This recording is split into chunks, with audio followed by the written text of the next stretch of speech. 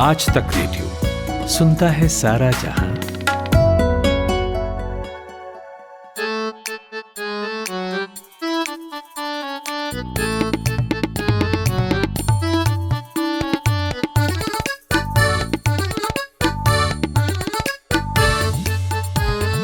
जो घट रहा है वो महत्वपूर्ण नहीं है, महत्वपूर्ण है कि आप उसे कहां से देख रहे हैं। कई बार सिनेमा हॉल में भी अच्छी कुर्सी मिलती नहीं है जहां से सब कुछ साफ साफ नजर आए।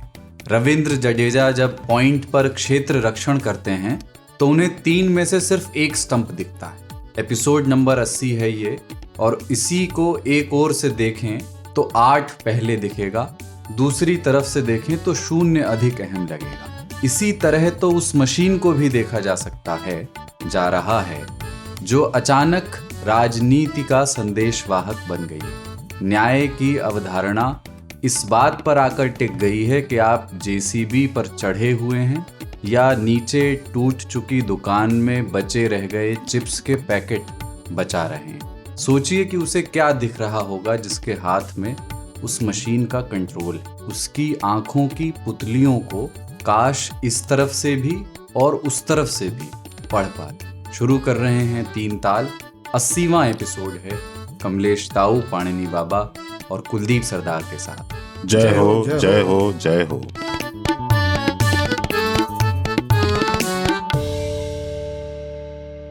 उस आदमी को अगर आप देखो जो जेसीबी चला रहा है, तो दोनों आंखें मिलकर के एक लेटा हुआ आर्ट बनाती हैं। और इसमें कोई दो राय नहीं कि जेसीबी चलाते हुए उसका मस्तिष्क शून्य होता है, क्योंकि किसी को भी अगर वो अपराधी नहीं है और उसमें उसका व्यक्तिगत कोई कारक जुड़ा नहीं है, तो किसी का घर, मकान, दुकान, संपत्ति गिराते हुए कोई भी खुश हो नहीं सकता है। जैसे मुझे ना वो फौजियों की याद आई।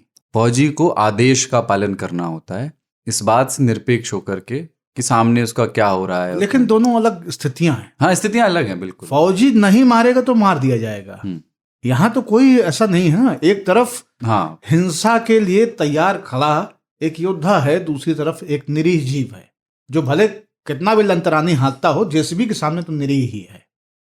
जब दरवाजे जेसीबी नहीं, ऊपर से वो रोना और वो चीख और वो पुकार उसके कान में तो जाती है। जेसीबी है, नौकरी है उसकी, बिल्कुल उसको करना पड़ता है। जल्लाद को फांसी देना पड़ता है, नौकरी है, जेसीबी है।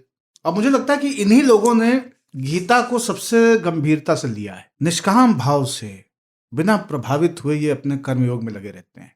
लीवर को दबाना है, नीचे जो पीछे की तरफ 2 डायने हैं जिनसे अतिरिक्त सपोर्ट लेना है, उनको धरती में एकदम अंगद के पांव की तरह जमा देना है, और उसका फिर दूसरा लीवर पक्ष से दांता उठा करके और हौंक देना है एक छज्जे को।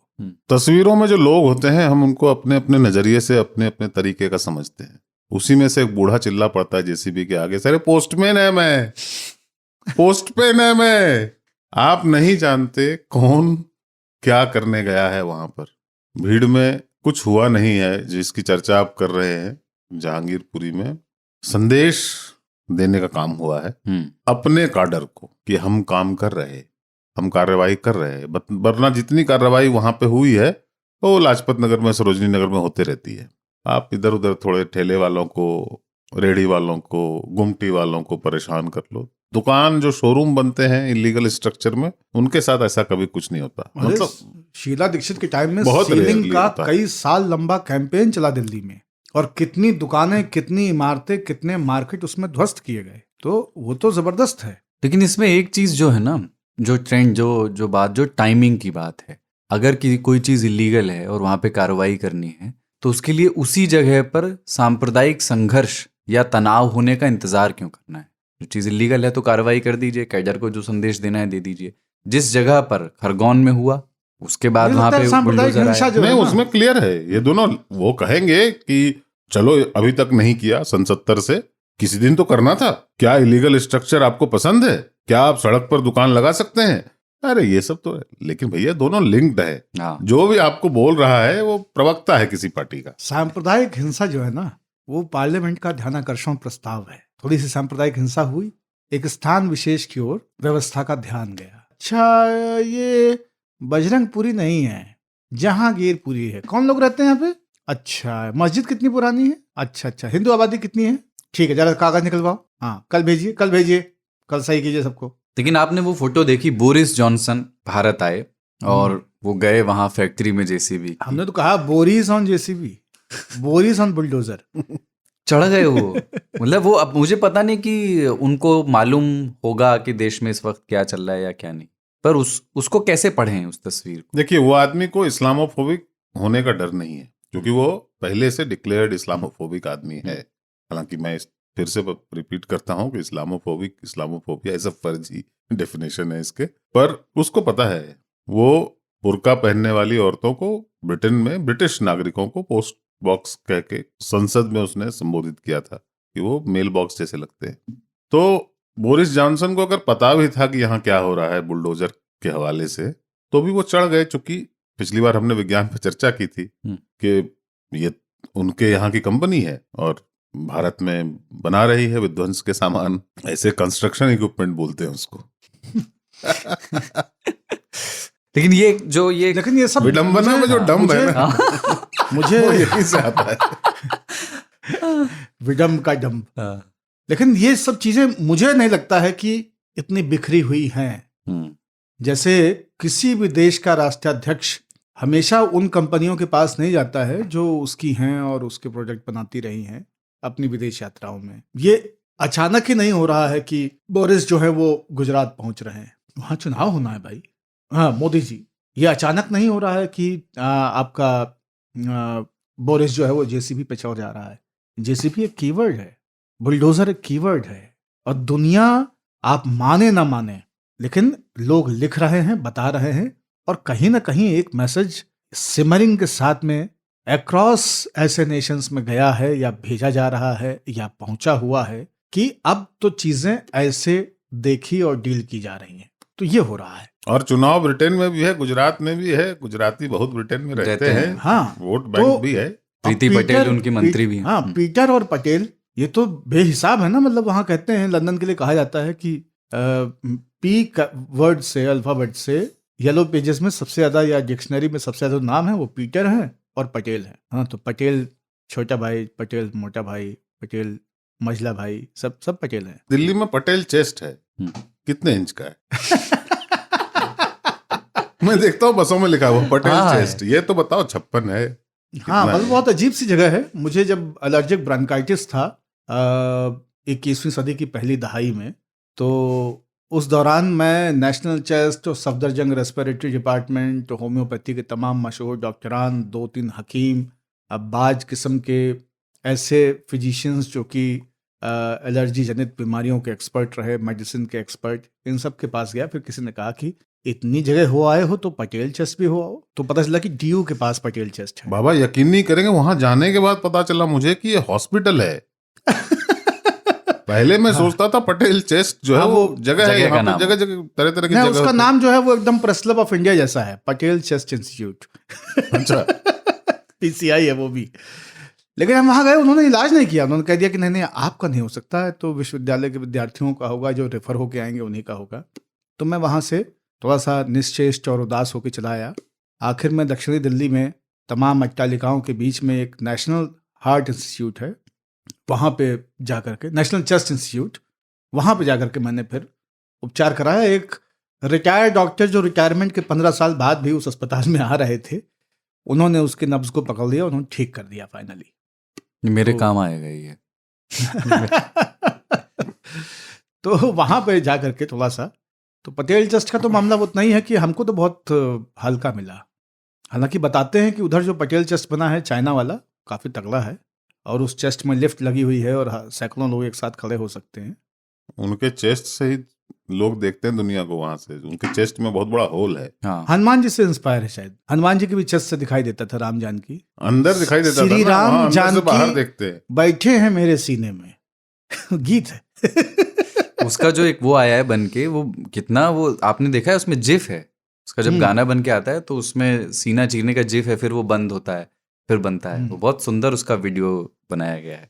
तो मैं एक सवाल ताऊ ये वाली मैं ये करना चाहता था, जैसे आप कह रहे थे ना कि ब्रिटेन में भी चुनाव है और वहां उनको डर नहीं है, वो क्या लेकिन बोल रहे हैं? आपने टिड्डे देखे हैं? हाँ, सब्जी वाला टिंडा, टिड्डे। टिड्डे, हाँ टिड्डे देखे। जो खेत में हाँ हाँ, ग्रास होपर्स हाँ। अंग्रेजी में, हेलीकॉप्टर। हेलीकॉप्टर नहीं, हेलीकॉप्टर दूसरा है, हाँ, हेलीकॉप्टर लंबी पूंछ और एकदम हेलीकॉप्टर जैसी उसका धड़ जो है एकदम गोल है और मक्खी ऐसी आंखें हैं उसकी और भनभनाते हुए भंवरे जैसे 4 पंख हैं। तो टिड्डा इसलिए वो जो हेलीकॉप्टर। ऐसे अपने टिड्डा तिकोने जिसके पांव पंख नहीं होते, जो ऐसे चल रहा होता है। लंबी टांगों वाला। मुझे लगता है कि अगर टिड्डे को पीला रंग दे तो जेसीबी लगेगा। मैं जब भी जेसीबी देखता हूँ मुझे टिड्डा याद आता है, जब भी मैं टिड्डा देखता हूँ मुझे जेसीबी याद आती है। हिंदी अखबार उसको बोलते हैं पीला पंजा। पीला पंजा, अवैध दुकानों पर चला पीला पंजा। पंजा 70 साल से चल रहा है इस देश में, लेकिन पीला पड़ गया है। लेकिन प्रशांत किशोर उसको नीला करने में लगे हुए। हाँ लेकिन कल रात पीले ने कमाल कर दिया, हम्म। महेंद्र सिंह धोनी ने। हाँ, देखा आपने? अद्भुत। देखा जब मतलब हम तो आखिरी गेंद पे चौका। अब यही है, हमारी आस्था तो देखिए प्रधानमंत्री से जुड़ी हुई है और वो लाल किला की प्राचीर से संबोधित कर रहे थे राष्ट्र को और धोनी उधर पैरेलल खेल रहे थे। मेरे लिए ज्यादा महत्वपूर्ण था कि मैं प्रधानमंत्री को सुनूं, क्योंकि कॉपियां करवानी थी। मुझे लगा कुछ गंभीर बात कहने वाले हैं कि राष्ट्र निर्माण से जुड़ी कोई बात आएगी। नहीं, मुझे इंतजार था कि औरंगजेब के ऊपर वो क्या कहेंगे, लेकिन फिर वो केवल औरंगजेब पे ही नहीं रुके, वो सीएए पे भी गए। तो इंटरेस्टिंग भाषण था उनका। और गुरुद्वारे में मैंने सैकड़ों बार मत्था टेका है और लाखों लोगों को मत्था टेकते देखा है। सब एक ही बार मत्था टेकते हैं। कल मोदी जी ने 3 बार मत्था टेका, मतलब डिप फिर अप, फिर डिप फिर अप, फिर डिप फिर अप, इस तरह से। फिर मुझे लगा कि बनारस में वो जितनी बार डुबकी लगाए थे उतनी बार तो पंडित भी नहीं लगाते वहां के। तो ठीक है, हो सकता है बड़े लोगों को ज्यादा करना होता होगा शायद। नहीं, वो होता है। नमाज की पे बहुत चर्चा हो रही है आजकल, तो मुद्राएं भी आ जाती हैं। सांप्रदायिक सद्भाव का एक नमूना। ठीक तो है। बहरहाल तो ये मतलब जो पीला पंजा है ना, मुझे लगता है इसमें जो पंजा है उसके ऊपर इतनी मार पड़ रही है कि वो नीला हो ही जाएगा। प्रशांत किशोर आ गए हैं, ताऊ एकदम सही कह रहे हैं। और ऐसा कहा जा रहा है कि कांग्रेस में भी बुलडोजर चलने वाला है। तो बुलडोजर जो है वो केवल रोड पे नहीं है, नवनिर्माण के लिए आवश्यक है विध्वंस। वाह। हमारे यहाँ तो देवता हैं उसके, हमारे जो प्रमुख देवता हैं वो विध्वंस के देवता हैं। 3 में से 1। 3 में से 1। एक ही स्टंप दिखता है रविंद्र जडेजा को भी। तो आज अपन बात क्या करेंगे, मैं इस पे आता हूँ। हम लोग जॉइंट फैमिली और न्यूक्लियर फैमिली के विचार पर आज बात करने वाले हैं। संयुक्त परिवार कितने संयुक्त होते हैं और एकल। इसका लिए एक इक्वेशन है बहुत सुंदर। Joint family plus bulldozer is equal to nuclear family. हाँ। तो इस पर और एकल परिवार में क्या वाकई उतना अकेलापन होता है जितना बताया गया है? दोनों की अपनी सीमाएं, अपनी सुविधाएं हैं और दोनों तरफ के आर्ग्यूमेंट्स के बीच परिवारों की दारुण कथा पर आज बात करेंगे। और औरतों पर जो आती हैं चीज़ें, बहू की वजह से अलग हो गए या सास बहुत इनसिक्योर हो गई, उस पर भी बात होगी। और बिजार खबर में नाम की जगह आधार कार्ड में मधु का 5वां बच्चा लिखने वाले अधिकारी की भी बात करेंगे, जिन्होंने आधार कार्ड पे लिख दिया नाम मधु का 5वां बच्चा। ताऊ शायद प्रसन्न हो, क्योंकि वो चाहते हैं कि एक समय के बाद ऐसी दुनिया बने जिसमें नंबर से ही लोग पहचाने। मधु आ गई ना बीच में। वो प्रक्रिया है, धीरे धीरे। लेकिन ये भी क्या है यार, बच्चा जन्मा है, उसका आधार कार्ड बन रहा है, नाम रखा नहीं है, क्या करेगा आदमी? छोटे छोटे बच्चों का आधार कार्ड क्यों बन रहा है? मधु के प्रभाव में उन्होंने 5 आधार बनाए, इसमें उन्होंने लिखा 5वां बच्चा। और आखिर में चिट्ठियां भी हैं। कुछ पुराने 3 तालियों की चिट्ठियां इस हफ्ते मिली हैं, लेकिन पहले एक ब्रेक लेते हैं।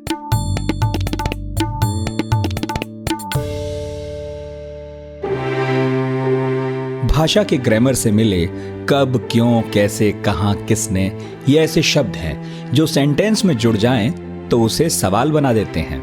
और सवालों के बारे में आइंस्टीन ने कहा था, the important thing my friend is not to stop questioning. At the stroke of the midnight hour, when the world sleeps, I'm going to make him an offer he can't refuse. सत्ता का खेल तो चलेगा, सरकारें आएंगी जाएंगी, मगर मेरे कमरे में किताबों के सिवा कुछ भी नहीं। मैं हूं नितिन ठाकुर और लेकर आया हूं एक ऐसा पॉडकास्ट जिसमें हम हर टॉपिक का रेशा रेशा खुलने तक सवाल पूछने से थकते नहीं। यहाँ हम बात करते हैं समंदर में दफन इतिहास से लेकर आसमान में उड़ते साइंस तक की। तो हर गुरुवार मेरी दुकान पर मिलेगा 4 किताबों के बराबर ज्ञान।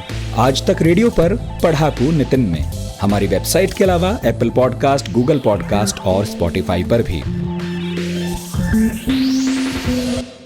तो 3 ताल सुन रहे हैं आप आज तक रेडियो पर। कमलेश ताऊ, पाणिनी बाबा और कुलदीप सरदार के साथ 80वां एपिसोड है ये। 3 तालियों की पिलाई हुई डांट जो है वो असर कर रही है और जो बिसराए हुए पुराने विषय हैं वो वापस बहस में आ रहे हैं। तो एक अपने पुराने 3 तालिए हैं दिलीप कुमार ठाकुर, मुजफ्फरपुर बिहार से। उन्होंने शायद 30-40 एपिसोड पहले ये सुझाया था कि कभी द्वापर त्रेता में कहा था हाँ, उन्होंने, अब तो कलयुग में आ गए हम। कि single family, nuclear family, joint family के विचार पर बात होनी चाहिए। और उनका एक उसमें मेरा बहुत घर होली फैमिली अस्पताल के ठीक सामने है। अच्छा, तो उनका बहुत स्पेसिफिक सवाल था उसमें। वो सवाल ये था कि परिवार के सदस्यों से अच्छे रिश्ते बनाए रखने के लिए इनमें से कौन सा तरीका बेहतर है।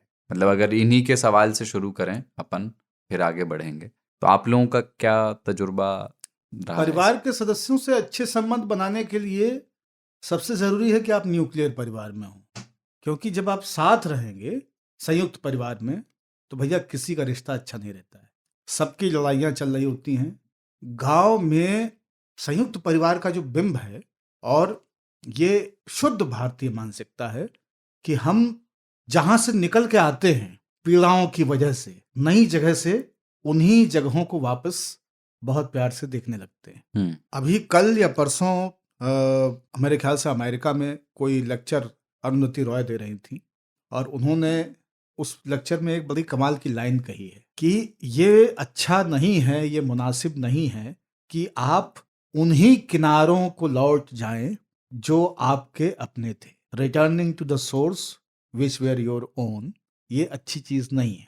अभी यही हो रहा है ना कि हम बार बार जिन किनारों को अपना बता रहे हैं, चाहे वो धर्म के किनारे हों, चाहे इतिहास के, अतीत के जड़ों की ओर जो लौटने की हाँ, बात। तो वो जो है ना, उस तरफ पुनर्मुस्को भव वाली जो स्थिति है वो बहुत बेहतर नहीं है। अब जो लोग घरों से निकले वो क्यों निकले? क्योंकि घर सफोकेटिंग हो चुके थे, समाज सफोकेटिंग हो चुका था, और शहर या कस्बे, छोटे छोटे या आपके गांव संभावनाहीन हो चुके थे, संकीर्ण रह गए थे। आपके सामने ये चुनौती थी कि आप कैसे उस अभिनेता की तरह हो जाएं जिसको आप पर्दे पे देख रहे हैं। और इसके लिए सबसे पहली जरूरत थी कि आप अपना करियर बनाएं और इस घर से निकलें, ये 4 दीवारी त्यागें। बहुत सुंदर तस्वीरें हैं संयुक्त परिवार की। बच्चे पल जाते थे, अगर कोई विदुर हो गए हैं या विधवा हो गई हैं तो उनके भी बच्चे जो है चाचा ताऊ के साय में निपट लेते थे, बड़े हो लेते थे। दादा दादी जो है वो कंटिन्यूअस सर्विलांस के लिए घर में मौजूद रहते थे, मध्यस्थ होते थे।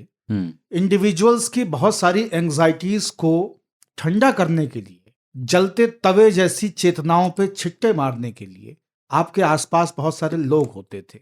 आपकी अत्यधिक पीड़ा की बेलाओं में या खुशी और आनंद के प्रमुदित होने के तमाम क्षणों में बहुत सारे लोग होते थे जो आपका सुख और दुख दोनों साझा करने के लिए, या आपके फ्रस्ट्रेशंस में, आपकी कुंठाओं और निराशाओं में आपको बिजी रखने का काम करते थे। आप फेल हो गए हैं और आप बैठे हुए हैं कमरे में बंद होकर के, अपने बाबूजी से लात खा चुके हैं, और तब तक आजी कहती हैं सोनू लकड़ी चीर लिया बच्चा, है ना। तब सोनू जो है कुल्हड़ी उठा कर वापस इन्वॉल्व और वो महसूस कर इंगेज करने वाला, जाओ बारिन खिया से भुजा लाओ, चावल भुजा, मकई भुजवा ला भैया, जाके कल दुरदुरैया है घर में, लैया भुजवा लाओ। बुरा समय कट जाता था, तो कट जाता था। यही 13वीं 10वां ये सब यही होता था। शादियां होती थी, आप देखिए संयुक्त परिवारों में, और संयुक्त परिवार को रिकॉल करने का अभी भी जो टूल बचा है ना वो शादियां हैं। तो शादी अगर हो रही है, बीच वाली ननद की शादी है घर में, तो केवल उनसे नहीं चलेगा। तो जो बड़ी दीदी हैं, छुटकई तो घरे में है, कहे बीच वाली की हुई रही। ऐसा तो होत नहीं है भाई कि बीच वाली बची हो छुटकई की हो जाए, कहूं कहूं हो जाता है इसे ना, लेकिन हर जगह नहीं होता है। तो बड़कई का ब्याह हो गया, बड़कई को बुलाया जाए, लेकिन केवल बड़कई से नहीं चलेगा। तो जो बाप है बिटिया का, वो अपनी बहनों को भी बुलाएगा कि रन्नो सुनो, ऐसा करो तुम आ जाओ, 15 का है तुम पहुंच जाओ 7-8 तक जरूर, और कोशिश करो जल्दी आ जाओ। कहे नहीं, अंदर की परीक्षा एग्जाम चल रहा है, अच्छा 10 तक आ जा, लेकिन आ जाओ, तो आ जाती थी। आके क्या काम करती थी बुआएं या दीदियां, इनको क्योंकि बचपन से ट्रेनिंग रही है उस घर की, सारे कस्टम्स पता होते थे। गीत कौन से, पहले तेल चढ़ेगा कि पहले हल्दी, ये उनको पता होता था। पहले पीढ़िया बांधी जाएगी कि पहले मूसल, ये उनको पता होता था। पहले अग्रासन निकालना है कि पहले दिया जलाना है। उनके घर का क्या परंपरा रवायत रही है, वो बचपन से देखती सीखती आई हैं। और क्या होता था साथ में, 50 किलो चावल छान के पछोर के बीन के रख जाता था। 15-20 किलो दाल कल्हार के दर के रख दी जाती थी। 1-1.5 कुंटल गेहूं धो करके सुखा करके पिसा के पिसान रख दिया जाता था। घर की दीवारों पे गेरू से नई लिपाई हो जाती थी। पोते के कपड़े लगा लगा कर, उसको कहते पोता, एक कपड़ा जिसको कि एक पकी मटकी में भिगोई हुई चिकनी मिट्टी में भिगो भिगो के चूल्हा लीपा जाता है, और वही चूल्हे का हाइजीन होता है। घर में खाना बनने के बाद में पोता लगता है, तो उससे क्या होता है कि चूल्हा आपको एकदम नया दिखने लगता है, उसकी कानोच छुप जाती है। वो पोते के कपड़े से दीवारें रंगी जाती थी, और इतना फाइन फिनिश होता था। ऊपर मिट्टी का रंग है, नीचे गेरू का रंग है। उसके बाद में आलते को नीम की दतून जैसी लकड़ी में कपड़े की चिंधी बांध के आलते वाले लाल रंग में भिगो करके उसमें साड़ी के किनारे जैसे डिजाइन बना दिए जाते थे। उसी में गौरा गणेश बनते थे, उसी में चिरई बनती थी, उसी में गजानन बनते थे, उसी में वाद्य यंत्र, शाल भंजिकाएं, नाट्य मुद्राओं के तमाम चित्र, इस तरह से चीजें हुआ करती थी। तो वो पूरा का पूरा एक एंगेजमेंट का काम था। वहां पे ये सब सुंदर सुंदर बिंब संयुक्त परिवार के आते थे। अब आप वापस वही खोजेंगे तो आपको सिवाय पीड़ा की गगरियों के कुछ नहीं मिलेगा। और तो ये इसमें बाबा बस एक चीज, जैसे ये जो बिंब है ना, सारे संयुक्त परिवार के सुंदर बिंब, इनमें से अधिकांश आपको कब दिखते हैं? जब घर में कोई उत्सव हो रहा है, कोई रिवाज है, कोई बड़ा आयोजन है। जब वो नहीं हो रहा है, जो साल के 360 दिन है, उस दिन क्या बिंब है? नहीं, लेकिन उन 5 दिनों में भी मैंने तो ये अपने आप महसूस किया है, और हर शादी में मैं यही ऑब्जर्व कर रहा होता हूँ आजकल। और मैं पाता हूं कि रिश्तेदारों से ज्यादा तकलीफदेह चीज धरती पे और कुछ है ही नहीं।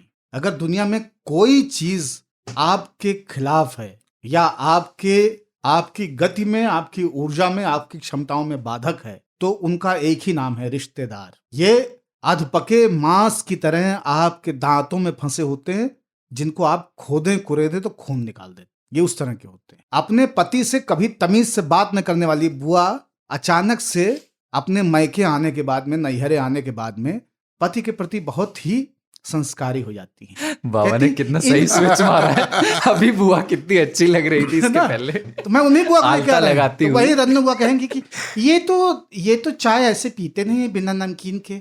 बेटा कुछ नमकीन निकाल दो, घर में सामने बाहर लोग क्या कहेंगे, ऐसे केवल चाय लेके जा रही हो तुम। तुम्हारे फूफा नहीं पीते हैं चाय ऐसे। अरे फूफा चाय चाय कह के मर जाते हैं, चाय बना के नहीं देती हो अपने ससुराल में, यहाँ फूफा के लिए चाय। मतलब मेरा पेटीकोट नहीं मिल रहा है, ये देखो उधड़ गया है, इसको सिलवा के ले आओ। अरे हमारी बाली वो ले गई, तुमने पिछली बार हमसे साड़ी ली थी अभी तक वापस नहीं की है, देखो तीसरी शादी हो रही है। इतने तरह के छैहट। उनको सोने के लिए गद्दा नहीं दिया, वो तो तेज मिर्च का नहीं खाते हैं। लौकी की सब्जी बनी है, बताओ कौन खाएगा। चने की दाल रिश्तेदारों को खिला रही हैं आप, अरहर की नहीं पका सकती थी। इतने तरह के रोने हैं भाई साहब। मतलब फूफा जीजा जो हैं उनको बस में क्यों बैठा दिया, वो वैन में कैसे जाएंगे, उनको स्कॉर्पियो में क्यों नहीं बैठाया। इनोवा की थी तो एक और कर लेते, तीनों जीजा एक साथ बैठ जाते। अरे बाप रे, मतलब आदमी समझ नहीं पाता है कि हमको ब्याह हमारा है कि जीजा मैं दोबारा ब्याह करे जा रहे हैं। आपने कितने ब्याह अटेंड किए हैं जीवन में? अरे बहुत किए ब्याह, आपने भी उतने अटेंड किए हैं। लेकिन मैं संजय की तरह देखता रहता हूँ, आप कौरव पांडवों की तरह जुट जाते हैं। तो बहुत नरक है भाई साहब। आप ये पाएं उसी बच्चे की शादी दिल्ली में, कोई किचान नहीं है। आप अब उसको आप निकाल के ले आइए, आप सहरसा से या बलिया से उस बच्चे को खींच के आप बेंगलोर ले जाएं या दिल्ली ले आएं, और अब आप उसकी शादी कराइए। बैचलर्स पार्टी हो रही है, एक वेन्यू फिक्स है, जितने लोगों को आना था आए, पिए, ढकोसे, गिरे पड़े, ओला में बैठे, ऊबर में बैठे। सवेरे आधे से ज्यादा लोगों को हैंगओवर है, स्वयं गिल्ट में। दूसरे कुछ नहीं कह रहे, दूसरे कुछ नहीं, यार सॉरी यार थोड़ा ज्यादा हो गई यार, थोड़ा यार क्या होता है यार, रियली सॉरी यार, पापा कुछ कह तो नहीं दिया मैंने ना, अंकल बुरा नहीं मान जाएगा यार, है ना। उस तरह खुद ही गिल्ट में है, कोई प्रॉब्लम आपके लिए नहीं कर रहा है। आप कह रहे हैं कि तुम्हारे लिए गाड़ी भिजवा दें, नहीं मैं आ जाऊंगा यार, मेरी बात हो गई है, वो पंकज सुधीर दोनों आ रहे हैं ना, मैं उनकी गाड़ी में फिट हो जाऊंगा, तू अपनी चिंता कर यार, तू हमारी छोड़, हम मैनेज कर लेंगे, तुम्हारा होटल ठीक है, अरे फर्स्ट क्लास है यार, कोई चिंता की बात नहीं। मतलब आप कह रहे हैं कि हमने तुम्हारे लिए ब्लैक लेबल खरीद, अरे हम शिवास पियेंगे यार, हमने अपनी तरफ से खरीद के रखी है इस बार, है ना, तू चिंता मत कर। और आपका सब कुछ तय है, आपको कोई बुआ नहीं चाहिए चावल देखने के लिए। वो जो मौजी रेस्टोरेंट को या जो शालीमार गार्डन्स को आपने बयाना दिया है ना, वो हर 15 मिनट पे बगैर कहे काठी रोल्स, स्प्रिंग रोल्स, ढोकले, वो पैकेज भुने का हुए हिस्सा है मखाने, वो सब। पैकेज का हिस्सा है, हर चीज पैकेज में है। जिसके लिए बुआ के नखरे आप उठाते है ना, और उसके बाद में अध कच्ची रोटियां तवे से आके आपकी थाली में गिरती भिंडी की सब्जी के साथ शादी में, उसी घर में आप बढ़िया खाना स्विगी से ऑर्डर करे, सारे इंतजाम वही हैं। और ये कहना कि नहीं उसमें खर्चा कम होता था, अरे बाप रे, इन रिश्तेदारों को बयाना देने में, आने जाने किराया देने में, नेग देने में आदमी खत्म हो जाता था। 2 कदम दुल्हा चले, बुआ क्या होता है, एक आंख में काजल लगाया दूसरे में नहीं लगाएंगे, नेग देव है ना, बारी नाई उससे कहे नखून काट दो भैया, इनके ब्याह हो रहा है, पैर के नखून आप कटेंगे, अभी तक नहीं कटे थे, एक पैर का नखून काट काट के देंगे, छोड़। नेग देव, हाँ, ये ठीक है ना उनसे कहा जाएगा कि जरा तुम पल्लो बांधने देव। वो विजुअल मैंने मतलब- देखा है कि एक आंख में काजल लगाए, दूसरे में नहीं लगाए दूल्हे। दूल्हा अगर मूतने और चले नेग जाए लगाए। तो हाथ धुलाने पर नेग ले लें, ऐसे लोग हैं घरों में। शादी की स्थिति ये है भारत में, मतलब ये होता है ना कि किसी चीज को टॉर्चर की इंतहा दिखानी है उसको, मतलब हमको कई बार ये लगता है कि संयुक्त परिवार प्रयास ये करता है कि बेटा शादी कर लोगे ना जीवन बहुत कठिन हो जाएगा, हम वो सारे प्रयास कर रहे हैं कि तुम अभी भाग जाओ यहाँ से, हम तुमको हर तरह से हैरेस करेंगे ताकि तुम शादी करने से पहले भाग जाओ, अगर फिर भी तुम टिके रहे तो फिर शादी कर ही लो। तो टेस्टिंग हो रही होती है, उसके धैर्य की परीक्षा हो रही होती है। हम खुद अपना बता रहे हैं, हमारी शादी में हम 2 मिनट में तैयार हुए भाई साहब, बाकी दिन शैम्पू वैम्पू लगाते थे, दिन शैम्पू लगाने का भी होश नहीं था। यह हालत होती क्यों? क्योंकि दूसरों को तैयार कराने में आप लगे, दूसरों की व्यवस्था देखने में आप लगे। मतलब मैं दिल्ली में अपने घर में ज्यादा सुकून आराम से नहाता धोता हूँ, तैयार होता हूँ, ऑफिस बहुत तैयारी के साथ आता हूँ, अपने ब्याहे में तो हम लंगूर की तरह तैयार हुए हैं। तो संयुक्त परिवार जितने अच्छे लगते हैं, और केवल यही नहीं है, अत्यधिक आप देखिए कि बंधन इतने सारे हैं संयुक्त परिवार के। मैं बहुत लंबा बोलता चला जा रहा हूं, आप दोनों लोग चुप हैं, खत्म करूंगा। हम लोग लेकिन- सुन रहे हैं। लेकिन जो 360 दिनों की आप बात कर रहे हैं ना इस शादी के अलावा, उनमें क्या हो रहा है? उनमें ईर्ष्याएं भरी हुई हैं। चोरी से अपने बच्चे को अच्छे वाले आम खिला देना, अपने बच्चों के लिए मिठाई ला करके उसको अपने कमरे में रख देना, क्योंकि सबको खिलाएंगे तो एक एक बर्फी सबको मिलेगी, कमरे में रखेंगे तो केवल मेरे बच्चे खाएंगे, छुटकाऊ बड़काऊ के बच्चे नहीं खाएं तो क्या फर्क पड़ता है। ये छोटी छोटी चीजें, यहां से जब ये चीजें आगे जाती हैं तो आप पाते हैं कि हमेशा हमेशा इस चीज को लेकर लड़ाई संयुक्त परिवार में होता है कि सब बर्तन तो हम मांजी थी, करत कहाँ हैं, 4 रोटी सेक दे हैं, जो रोटी सेक रहे हो कहेंगी चूल्हा गर्मी में बैठ के हम फूकी रहे, इनका महारानी का 4 बर्तन सोहरा के राखी धर दीन होगा। जो झाड़ू बहारू कर रहे हैं कि उनका क्या है, अपने लिए बना रहे हैं तो दूसरों के लिए भी 4 रोटी सेक दे रहे हैं, 4 बर्तन मांज दे रहे हैं, पूरे घर का झाड़ू पोछा मेरे जिम्मे है। बताइए दीदी, जब से हम आए हमारे तो कर्म खराब, इतना हमारे पापा हमसे कभी काम नहीं कराया जितना हम यहाँ कर रहे हैं। दुनिया जहान की लड़ाई कि चांद 24 घंटे का। और जिसको बच्चा हुआ है, मान लीजिए संयुक्त परिवार में किसी को बालक हुआ, अब वो इतना हर्षित प्रमुदित है कि अपने बच्चे को गोद में ले लेना चाहता है, लेकिन वो शर्मा रहे हैं, एकदम शर्माए हुए हैं। बच्चा बुखार में तप रहा है, 8 महीने का बच्चा, 102 बुखार, बाप उसको गोद में नहीं ले सकता। पानी देने के लिए पत्नी आएगी, लोटा पास में रखेगी और कहेगी कि राजुक बुखार बहुत तेज है, दवा तो ला दीजिए कम से कम। वो बहुत धीरे धीरे घर से निकलेंगे, ऐसे दिखाते हुए कि कहीं इमरजेंसी में नहीं जा रहे हैं। हालांकि घर से उछल होते ही भागने लगेंगे, दुकान तक भागते हुए जाएंगे, वहां से दवा खरीदेंगे, भागते हुए अपने टोले तक आएंगे, टोले में आके फिर धीरे धीरे चलेंगे, ताकि अम्मा को, भैया को, भौजाई को ये ना लगे कि लड़के के लिए मरा जा रहा है। और आके अपनी महिला से नहीं कहेंगे कि दवा ले जाओ, कहेंगे पानी ले आओ, और पानी का गिलास रखेंगी और ये जेब से निकाल के दवा का पत्ता बगल में रख देंगे पानी के कि ये दवा खिला देना, दिन में 2 बार देना, बुखार देखती रहना। जो प्रेम की अति अभिव्यक्ति है वो एक समस्या हो जाती है। हाँ, भैया तो इतना संकोच, अभिव्यक्ति नहीं होती भाई कोई साहब, अभिव्यक्ति नहीं। अति तो छोड़ दीजिए। मतलब कितने विचित्र है ना। आप संयुक्त परिवार में क्या होता है, आप ताऊ जी को कहते हैं बड़े पापा, क्योंकि बड़े पापा ही सब बच्चे पाल रहे हैं। बड़े पापा की अपनी 3 बेटियां हैं, 2 बेटवा, लेकिन 5 नहीं है उनके, जो बाकी के घर में 10 और हैं, उन पे भी उन्हीं का वर्चस्व है, वही तय करेंगे। वहां क्यों जा रहे हो, नहीं जरूरत नहीं है कुछ तुम्हारे जाने की, 2 लोग चले जाओ उतना काफी रहेगा। हाँ। छोटे वाले तो गए हुए, तुम क्या करोगे जाके, तुम वहां चले जाओ। और उसके बाद में संयुक्त परिवारों का जो सबसे बड़ा पीप है वो आपको इस देश की कचहरियों में दिखेगा। जब से न्यूक्लियर फैमिली हुई हैं, मुकदमे बंटवारे के कम हो गए। संयुक्त परिवार जितने प्रेम और बंधन में बंधे हुए दिखते हैं, जितनी राखियों और डोलियों में बंधे हुए दिखते हैं, उतने ही ज्यादा एक दूसरे की संपत्ति और साधनों के प्यासे रहते हैं। इस देश में सबसे ज्यादा मामले रेवेन्यू के, जमीन, घरों, खेतों के बंटवारे के, बाग के बंटवारे के।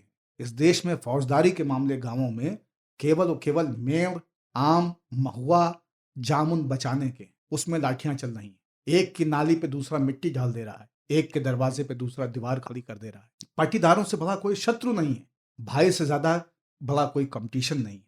ये संयुक्त परिवारों का सच है, ये विकृत है।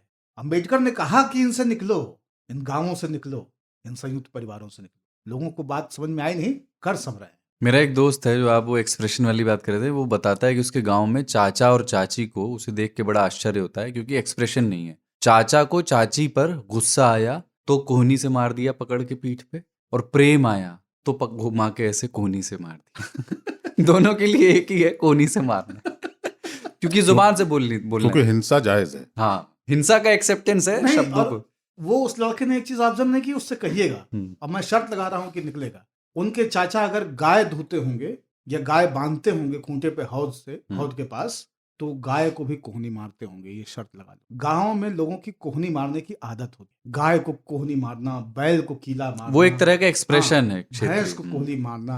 क्या है एक- कि वो फ्यूडलिज्म ना एक टाइम में एक्सेप्टेड सिस्टम था, और जब डेमोक्रेसी नहीं थी तो भी लोग तो रहते ही थे ना, और वो वही व्यवस्था थी, उसी में लोग रहते थे।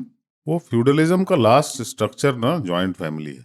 वहां पे डेमोक्रेसी नहीं होती, बिल्कुल डिक्टेटरशिप होती है। और वही फैमिली जो है जॉइंट रह सकती है, जिसमें एक आदमी के वचन को ही संविधान माना जाता है। मेरा वचन ही है शासन। वचन ही है शासन। जिन घरों में वो टूटा, जैसे ही वो वचन का डिवीजन हुआ, वो घर टूट गए। इसलिए जब हिंदू मुस्लिम भाई भाई करते हैं, मुझे बहुत डर लगता है, बंटवारा करवाओगे तुम लोग भाइयों में, और क्या होता है।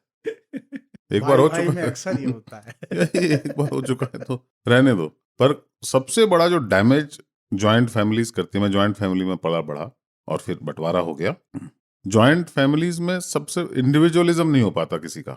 जो बड़े ताऊ जो बाबा समझा रहे थे, वो भी अधूरे रहते हैं जीवन में, क्योंकि उनके ऊपर ये बहुत बड़ा मेंटल प्रेशर रहता है कि मैं कहीं बायस तो नहीं दिखा दूंगा अपने बच्चों के प्रति, एकोमोडेट करना है सबके। हाँ, एक वो तो कभी कभी बहुत लोग खूबसूरती से करते हैं उसको, पर उसमें उनका इंडिविजुअलिज्म नहीं आ पाता। वो एक परिवार का नेतृत्व करते हैं, उस घर के सारे बच्चे उनके नाम से जाने जाते हैं कि फला हाँ, ये बाबू, तो लक्ष्मी नारायण जी के घर पे। हाँ, फला बाबू के घर का लड़का है। लड़कों का नाम कोई नहीं जानता, लड़कों के नाम नहीं होते, लड़कियों के तो वो तो बाहर नहीं निकल पाती क्योंकि ताऊ जी लड़कियां हैं। तो होती नहीं है, लड़की तो होती दूसरे की है। हाँ, लड़कों के नाम तक लोगों को मालूम नहीं होते, क्योंकि सब दिन आपने उसको फलाने घर का लड़का बाहर में, और उस घर में फलाने का बेटा। तो आप इंडिविजुअल को एहसास नहीं होने देते, तू अकेला है, तू एक बड़े मशीन का पुर्जा भर है। और वो पुर्जे जो है बहुत सारे जीवन भर पुर्जे ही रहते हैं। अभी भी मैं देखता हूँ वो पुर्जे ही रहते हैं, क्योंकि वो मशीन को छोड़ नहीं पाते। उनकी तमन्ना खत्म हो जाती है, उनको लगता है कि मशीन के बिना मेरा अस्तित्व कुछ है नहीं। और हमारे जैसे जो कल पुर्जे भाग गए, वो अपने अपने रास्ते निकाले उन्होंने। मैं अभी अपने परिवार को संयुक्त परिवार, मतलब जैसा है हमारा, बंटवारा होने के बावजूद, वो बेटर है उससे। हाँ, मतलब अपना अपना हो गया है, और अपने हाँ, अपने दायरे में जो जैसे सब रहना अपने चाह रहा अपने है, दायरे में है, और संपर्क में भी है। ये बात तो सच है ना। देखिए, जो न्यूक्लियर फैमिली का एक जो न्यूक्लियर एलिमेंट है, वो एक यही है कि आप दो चीजों में, एक उत्सव में भी और दुख में भी, अगर कोई विपत्ति आ गई तो ये जो यूनिट है वो फिर पूरी तरह से आपके साथ रहता है। आपको इनविटेशन की आवश्यकता नहीं होती, वो फिर इनविटेशन की परवाह नहीं होती। मतलब इनविटेशन जैसा कुछ होता नहीं है, आप सिर्फ सूचना पहुंच जाए तो फिर वो यूनिट शायद इसीलिए दुनिया भर में रिएक्टिवेट हो जाती है। हाँ, वो रिएक्टिवेट हो जाती है। वो अभी भी बचा हुआ है, पर ये सिस्टम बेटर है जिसमें कि आप बहुत ही क्लियर डिवीजन मार्क कर दें, और फिर आवश्यकता पड़ने पर, जैसे आप नेबर को करते हैं जो आपके रिश्तेदारी में नहीं है, लेकिन आपका जो नेबर है, अगर उसको बुखार होती है, कोविड हो जाता है, तो आप उसकी मदद तो करते हैं ना। तो उस तरह से अगर उसको देखा जाए, ये ज्यादा डेमोक्रेटिक है। जो गांव का सिस्टम है वो फ्यूडलिस्टिक था, फ्यूडलिस्टिक है। और गांव इनफैक्ट हम रोमांटिसाइज करते हैं। शुरू में आपने बोला जड़ों तक वापस लौटने का जो इच्छा होती है मानव के मन में, एक्चुअली जड़ों का नेचर ही है कि वो और गहरा होता जाता है। जड़ता की तरफ और जाते हैं। जड़ और गहरे हो जाते हैं जब आप और दूर हो जाते हो जड़ से। पेड़ लंबा होता जाए तो जड़ें और गहरी होती हैं। जड़ों की तरफ जाने से ना जड़ वही मूली की तरफ को उखाड़ के फेंक देता है। लेकिन ताऊ हमने आज तक कोई ऐसा पेड़ देखा नहीं जो जड़ों की तरफ जड़ों की तरफ गई। तो इतना तो पेड़ों से हम सीख ही सकते हैं। अच्छा, जो जेंडर की आप बात कर रहे थे उसमें दोनों जेंडर्स का आप देख लें। संयुक्त परिवार का एक कोलाज आपको और दिखाता हूँ। आज मैं तस्वीरें लेकर बैठा हूँ ना। घर में एक बाबा है। बाबा की उम्र हो गई है 60 साल। 40 साल का उनका बेटा और 18 साल 16 साल 20 साल के नाती पोते। बाबा सब कुछ तय कर रहे हैं क्योंकि बाबा अभी भी नौकरी में है। छाता और बैग लेके घर आते हैं रोज नौकरी से, फिर बाबा होगा रिटायर। और बाबा में और उनके बेटे में जो 40 42 45 के हुआ चाहते हैं, अब जबरदस्त लड़ाई है कि आगे कौन संभालेगा। तो यहां पे क्लैश ऑफ सिविलाइजेशन शुरू हो चुका है।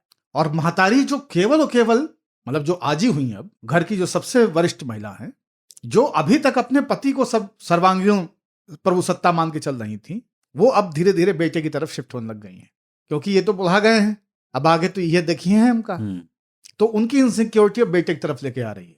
बेटे का जो बेटा है वो 18-20 साल का है, वो परेशान है कि ये दो बुढ़े जो है मेरे खोपड़ी चेतना सब खाए जा रहे हैं, मुझे कुछ भी नहीं करने दे रहे हैं मेरे मन का। इनकी लड़ाई चल रही है। माँ जिसने इन बच्चों को बड़ा किया था, पाला था, इस घर की जो आजी है, अब उसको लगता था कि बच्चे मेरे हिसाब से चलेंगे, मैं इनकी सबसे ज्यादा सही परवाह कर सकती हूँ, केयर कर सकती हूँ। बाद में 2 बिटियां हो गई।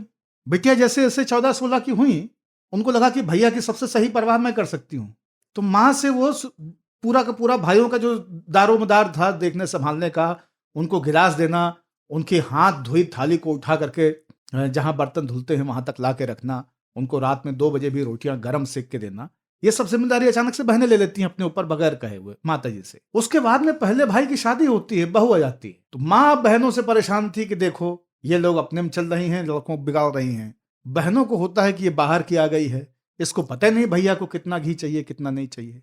भैया तो खट्टी कड़ी खाते नहीं हैं, भैया को तो काले चने पसंद नहीं है, भैया तो दाल भरी खाते हैं, ये तो सतुआ भर के दे रही हैं। तो ये लड़ाई शुरू हो गई। जो बड़ी बहू आई थी उनको तुरंत अपने पैर जमाने थे। वो अपने पति से जो छोटे थे उनको अपने बालकों की तरह देखने लगी, देवरों को अपने पालने पोसने लगी। लेकिन देवर बालक तो था नहीं। देवर 4 साल बाद शादी योग्य हो गया, देवर की हो गई शादी। अब देवर की जो बहू आ गई वो कह रही है कि भाभी को बड़ा इंटरेस्ट रहता है तुम में, तुमको भाभी की बातें ही सुननी है। मैं कह रही हूं कि ये सिलवा लो तो ये नहीं, भाभी दिखा लो। अरे भाभी से पूछ लो, भाभी से ही खाना मांग लिया करो, हमसे काहे शादी की हो, फिर सब भाभी करेंगी।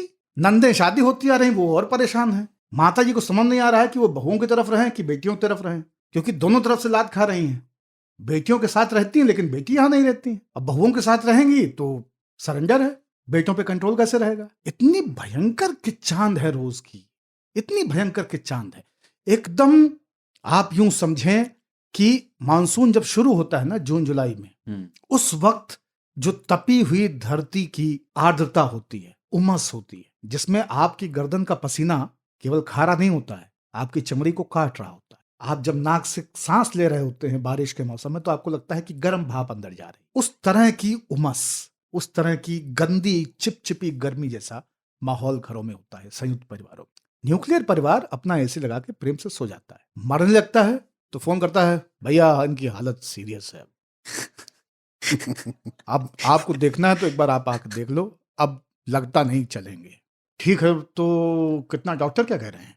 नहीं डॉक्टर कह रहे हैं वो 2-3 दिन है, इससे ज्यादा वेंटिलेटर सपोर्ट पे डाल दिया है। ठीक है मैं कल फ्लाइट लेके आ रहा हूँ। इस तरह से अब मामला सॉर्टेड है। कितना खर्चा आया, बिल कितना, अच्छा इंश्योरेंस कितना था, अच्छा तो 17 तो उसमें चला गया, 3 बचा है, मैं कितना दे दूं बताओ। नहीं भैया आप नहीं ले लो, अच्छा ठीक है 1 ले लो, 2 तुम अपने पास से। ऐसे अभी मामला एकदम क्लीन ट्रांजैक्शन का हो चुका है, उतनी भसाव नहीं है। बुआ जी आई हैं तो बुआ जी घर में घुस करके हर फूलदान को, ये अच्छा नहीं लग रहा है बहू, ये वाली ज्वेलरी तुमको लेनी चाहिए थी, ये साड़ी तुम्हारी बहुत लाइट है, अरे तुमको डार्क, ये रायता है ही नहीं। बुआ जी लीला में कमरा बुक है, कमरा नंबर 604, सीधे चेक इन कीजिए, वहां पे रहिए, 8 बजे से फंक्शन शुरू है, पहुंच जाइएगा मरीजियन के बालरूम में। बुआ जी वहां पे आई, लगधक में भीड़ के सामने थोड़ी किसी को बोल सकती हैं कि क्या पहनी हूँ क्या नहीं पहनी, आशीर्वाद दिया, लिफाफा पकड़ाया, खाना खाया, फोटो खींची, घर में रहना ही नहीं तो क्या घर में रहना, ये मामला खत्म एकदम। ताऊ कभी कभी ना मेरी थोड़ी सहानुभूति होती है परिवार के मुखिया के लिए, जब मैं उनके नज़र से सोचता हूँ। मतलब वो फ्यूडल स्ट्रक्चर वाले उसी की बात कर रहा हूँ फैमिली में,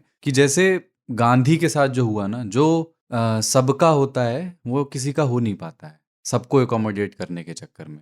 तो वो जो पद है, वो पद ही तानाशाह पैदा कर देता है। वो प्रॉब्लम वहीं है कि उसमें, जैसे मैंने कुछ घर ऐसे देखे हैं, मैं जानता हूँ, जहाँ पावर का डिसेंट्रलाइजेशन टाइम पे शुरू हो गया और धीरे धीरे हुआ कि लड़का कमाने लगा है, अब कुछ फैसले खुद कर सकता है, फिर थोड़ा और कमाने लगा है, ठीक है अपने वाले बाथरूम में कौन सी टोंटी लगवानी है तुम देख लो। उसको ये धीरे धीरे उसको इस तरह की छोटी छोटी फ्रीडम्स देनी शुरू Privileges की, मिलती। दिए गए, और वो फैमिलीज ठीक कर गई, जॉइंट फैमिलीज में भी। जिन्होंने अपने बच्चों से कहा कि अपना रूम तुम खुद डेकोरेट करो। हाँ, तो वही मैं कह रहा हूँ कि प्रॉब्लम वो व्यक्ति ऊपर डिपेंड करती है कि स्ट्रक्चर में प्रॉब्लम है, या स्ट्रक्चर का क्रैक था, कुछ लोगों ने क्रैक कर लिया जो समझदार हो गए, कुछ फंसे रह गए अपनी पावर को लेकर के, तो वो नहीं कर पाए। वो एक होता है ना आंखों की शर्म।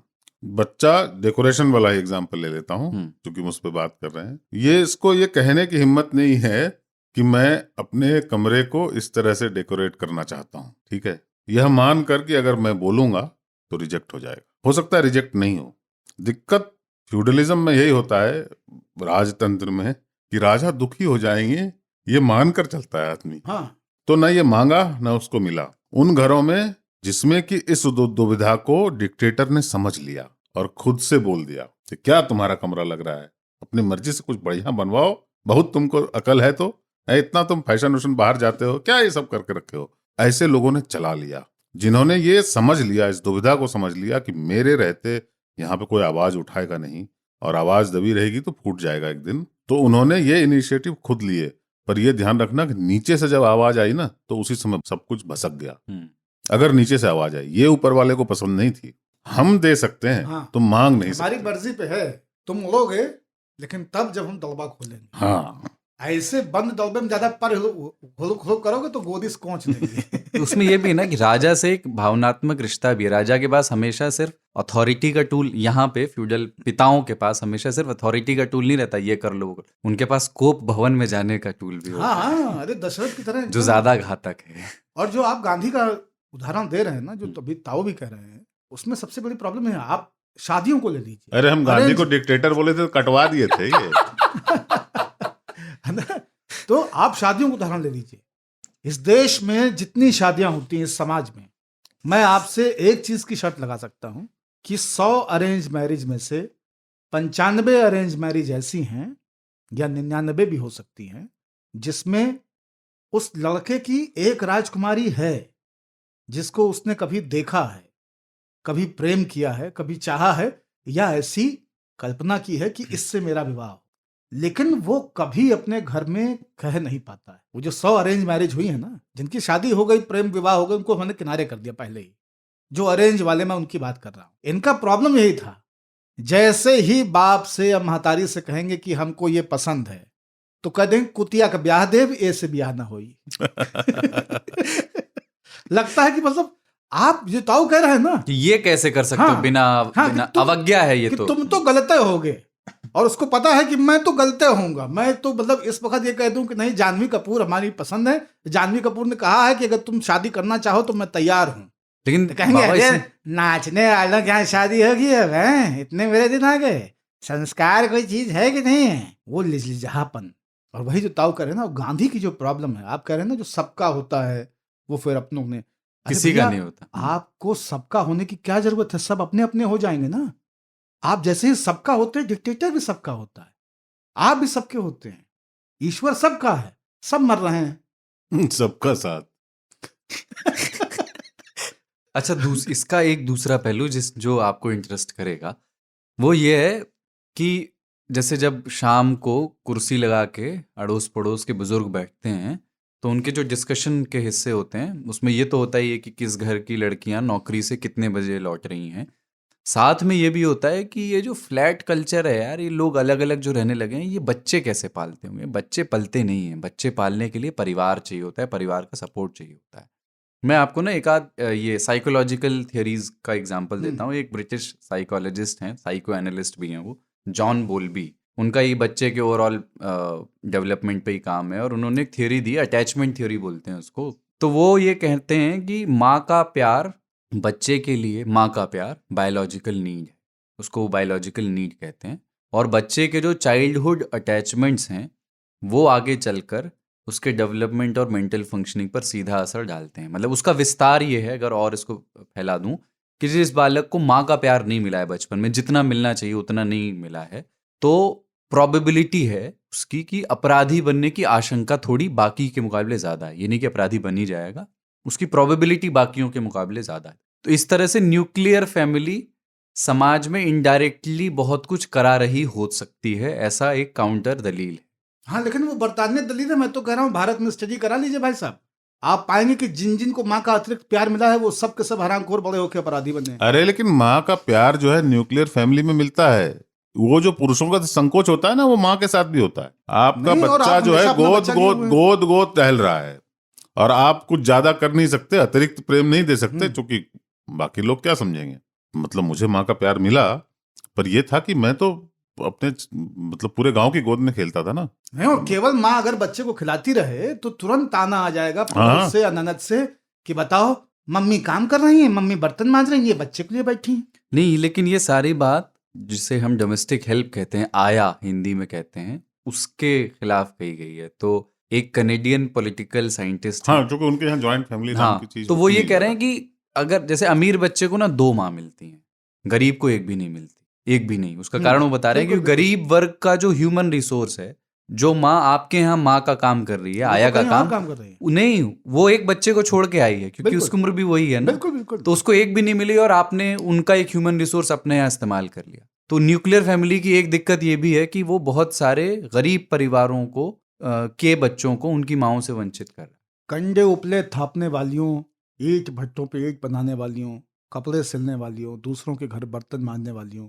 इनके बच्चे भी तमाम सारी चेतना संवेदना के साथ में बड़े होते हैं और ज्यादा बेहतर स्थिति में रहते हैं। इन घरों में 8 साल 6 साल के बच्चों को आप काफी मैच्योर तरीके से बिहेव करते हुए पाएंगे। मेरे 20-20 30-30 साल उम्र के दोस्तों को मैंने देखा है कि वो अपना अंडरवियर और जुराबे नहीं खोज के पहन सकते थे अपने ही कमरे में। महल जैसा घर है और उनके डेडिकेटेड कमरे हैं, एक ड्रेसिंग रूम है, एक उससे अटैच बाथरूम है, महल में रह रहे हैं, लेकिन मोजा स्वयं निकाल के नहीं पहन सकते। ये स्थिति रही है। और 6 साल के 8 साल के बच्चों को हमने देखा है कि कैसे 8 साल की एक बच्ची बाल्टी में पानी भरे और एक कमर पे अपने 3 साल के भाई को टिकाए हुए चली आ रही, हैंडपंप से पानी भर के। बात यह नहीं है कि वो किन स्थितियों में रह रही है, इसको आप रोमांटिसाइज कर रहे हैं। बात यह है, आप हमेशा ये समझिए कि बच्चा कभी नहीं कहता है कि मुझे 10 गोद चाहिए। बच्चा नहीं कहता है कि आप हमेशा हमको घुमाते रहिए, खेलते रहिए। आप अडल्ट्स की टेंडेंसी को भी समझिए। जैसे ही किसी घर में एक बच्चा पैदा होता है, हमको एक खिलौना मिल जाता है और हम सब उससे खेलना चाहते हैं। वो कितना खेलना चाहता है? बच्चा 16 घंटे 14 घंटे बाय द वे सोना चाहता है, और बाकी टाइम वो चाहता है कि उसकी मालिश हो जाए, उसको नहला दिया जाए, उसके कपड़े झंगले बदल जाए, उसका हगना मूतना हो जाए, वो दूध पीता रहे, पैपानम होता रहे। लेकिन आप लोगों ने तय किया कि ना, तुम तो गुड़िया हो, तुम तो राजा बेटा हो, कोई बाल नोच रहा है, कोई पैर गुदगुदा रहा है। अरे आपको मैं भी, हम और ताऊ, कुलदीप तुम तो हलुक हो, ताऊ तुम्हें दोनों गोल पकड़ लें, हम दोनों हाथ पकड़ लें और तुमको ऐसे ऐसे हिलाते रहें, तुमको अच्छा लगेगा बुरा लगेगा? दिमाग स्थिर नहीं रह पाएगा। और एक ऐसा बच्चा जिसका दिमाग अभी विकसित हो ही रहा है, उसको बिंब भी सही नहीं बन रहे हैं, वो चेहरों को भी क्लियरली देख नहीं पा रहा है, और उसमें उस वो बच्चे को लिए हुए आप कॉन्टिन्यूअसली हिलाते रहते हैं। कई बार वो कोई बहुत बेसुरा आलाप भी आता है, हाँ। सुलाने के लिए देखा हाँ, आपने? मतलब वो इतना इरिटेटिंग लगता है बचपन से ट्रेनिंग दे रहे हैं कि बड़े होकर बच्चा, भाई तुमको भजन भी सुनना पड़ेगा देवी का, अभी से तैयार हो जाओ। और उस बच्चे को उछाल रहे हैं, उस बच्चे को गाल नोच रहे हैं, उस बच्चे को गुदगुदा रहे हैं, उस बच्चे को नंगा पौधा देख करके सब उसका परिहास कर रहे हैं, उसके मूतने पे हगने पे चूहल हो रही है ना, उसके रोने गाने पे उसको तुरंत लपक ले रहे हैं। आप समझ ही नहीं रहे हैं कि बच्चे को गैस बन रही, भाई साहब केवल लैक्टोज की डाइट पे है, उसके पेट में दूध और गैस के अलावा कुछ नहीं है। उसको उल्टा करवट देने की कोशिश कीजिए, उसकी पीठ पे थपकी दीजिए, ना जहां रोया दूध पिलाओ, बच्चा रो रहा है, क्या कर रही हो तुम, सोई रहती हो? अरे दूध से ही रो रहा है भाई साहब, फिर से दूध उसको पिला दीजिए। ये तो ये हो गया कि 4 ड्रिंक में अभी होश में है, 5वां में और पिलाओ। तो चूंकि हम इंक्रीजिंगली जंगल में रहते हैं बाबा, मैं चाहता हूँ लोगों को ना शेरों की वाली डॉक्यूमेंट्री देखें, और शेरनियां कैसे अपने बच्चों को पालती हैं उससे थोड़ा सा इंस्पिरेशन लें। वो ना मस्त लेटी रहती हैं, बच्चे इधर उधर कूद रहे होते हैं, है ना। हाँ, उनको पता होता है कि एक पेरिफेरी में वो भी हाँ, आइडेंटिफाइड है। वो सिर्फ प्रोटेक्ट करना जानती हैं। कुछ अगर आ जाए तो वो जग जाएंगी, वो देख रही होती हैं क्या हो रहा है, पर उनको ये नहीं होता कि बेटा उधर नहीं खेलते, ये नहीं करते, तुम्हारा डांस क्लासेस का टाइम हो गया, अभी तुम, हाँ, अभी म्यूजिक सर आ रहे हैं। या ये म्यूजिक सर ही होते हैं वो। हाँ। उनका नाम म्यूजिक सर हाँ, होता है। म्यूजिक मैम नहीं आती क्योंकि मम्मी तो- को लगता है कि म्यूजिक मैम जो है ना खतरनाक हो सकती है। मैं तो बहुत बेसुरी हूँ, म्यूजिक की मैडम आ जाएगी तो घर में क्या होगा। तो वो उससे क्या हो रहा है कि बच्चों की जो ये फुल 24/7 पेरेंटिंग होती है ना, वो आप डिसाइड कर लो। मैं ये नहीं कहता हूँ कि जो कामकाजी महिलाएं हैं उनको बच्चे नहीं पैदा करने चाहिए, बिल्कुल करिए, और जैसे बैलेंस कर रहे हैं बहुत खूबसूरती से करिए। बच्चों के साथ तो मैं पहले भी 3 साल में कह चुका हूँ, एक बहुत बड़ा क्राइसिस है, वक्त ही नहीं है। ये चीज तो हमारी उम्र में आके लोगों को कहना चाहिए, और वक्त नहीं मिलता। आप कैसे सोच सकते हो किसी को जो मतलब जो होश तक नहीं संभाला, उसके पास वक्त ही नहीं है।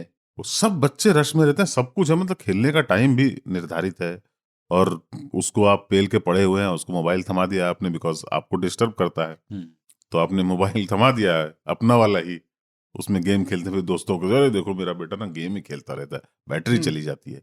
अरे यार क्यों, उसके पास खाली टाइम क्यों नहीं है? वो शेर के बच्चों को देखो और शेरनी और शेर को देखो कैसे वो मॉनिटर करते हैं और उनको छोड़ देते हैं। आपके बच्चे जंगल में पैदा हो रहे हैं, जंगल जब तक बढ़ेंगे तब तक पूरा देश जंगल हो चुका होगा। प्लीज उनको सर्वाइवल के लिए कुछ तो गुर सिखा के जाओ। वो नहीं सर्वाइव कर पाएंगे भाई साहब, ये बुलडोजर के सामने वो नहीं टिक पाएंगे। उनका तो हार्ट अटैक आ जाएगा ये देख के। क्या हो रहा है, क्लाइमेट चेंज हो रहा है, बहुत कुछ हो रहा है, संकट में आ रही है दुनिया, उसमें आप उनको प्रैक्टिकल नहीं होने दे रहे हैं। मतलब नहीं, आप कुछ नहीं आता उनको, कुछ नहीं आता, दीवार नहीं चढ़ सकते वो, पेड़ तो छोड़ो आप। आपको पता है बाउंड्री फांदनी पड़ेगी आपको, जब आपके घर में कोई घुस आएगा तो बाउंड्री फांदनी पड़ेगी। आप अंकल अंकल करते रह जाओगे वहां अंकल पे। नहीं, अंकल नहीं, अंकल नहीं। यूक्रेन में बम गिर रहे हैं भाई साहब, कुछ दिनों पहले बिल्कुल मस्त देश था वो, बम गिर रहे हैं, मिसाइल गिर रहे हैं, बच्चे सारे पोलैंड चले गए, है ना। पर भारत के बच्चे कहाँ जाएंगे? ऐसा कोई बॉर्डर थोड़े ना क्रिसमस पे है। किसी को पता नहीं था कि बम गिरेंगे। हाँ, यूक्रेन में क्रिसमस पे किसी को नहीं पता था कि बम गिर जाएंगे। तो आप सोचो भारत जैसे हम कहाँ जाएंगे? हमारे पास तो कोई बॉर्डर ही नहीं है। हमारे पास तो 3 तरफ समंदर है, एक तरफ हिमालय। जाइए कहाँ, जाइयो कहाँ? अब पाकिस्तान बांग्लादेश तो आपने पहले जाइयो डिक्लेयर कहाँ कर है दिया क्या है हजूर। वो। ये गाना तभी से बना है। आप एकदम बिल्कुल सारे बच्चों को, मतलब ये बॉर्डर, नेशनल बॉर्डर छोड़ो, पर आप जब घर में रहते हो आप 2 माले से कूद सकते हो, आपका बच्चा कूद सकता है, इसकी प्रैक्टिस कभी कराई? कभी नहीं। आपने उसको ब्लेड नहीं छूने देते, हाथ कट जाएगा, हाथ कट जाएगा। कल भैया चक्कू लेके सामने खड़ा होगा, किचन के चाकू से उसको किसी को मारना है, उसके पेट में सुआ डालना है, कैसे डालेगा वो? नहीं, और ये तो ताऊ फिर भी बहुत एक्सट्रीम स्थितियों की बात कर रहे हैं। मैं वही कह रहा हूँ कि घर के लड़के सामान्य से तो पानी- बाबा आप इनको बोलो ब्लेड से, दाढ़ी बनाने वाले ब्लेड से, जो चौड़े वाला होता है विल्किंसन, उससे आम छील के दिखा दें, अंगूरी नहीं कटा तो।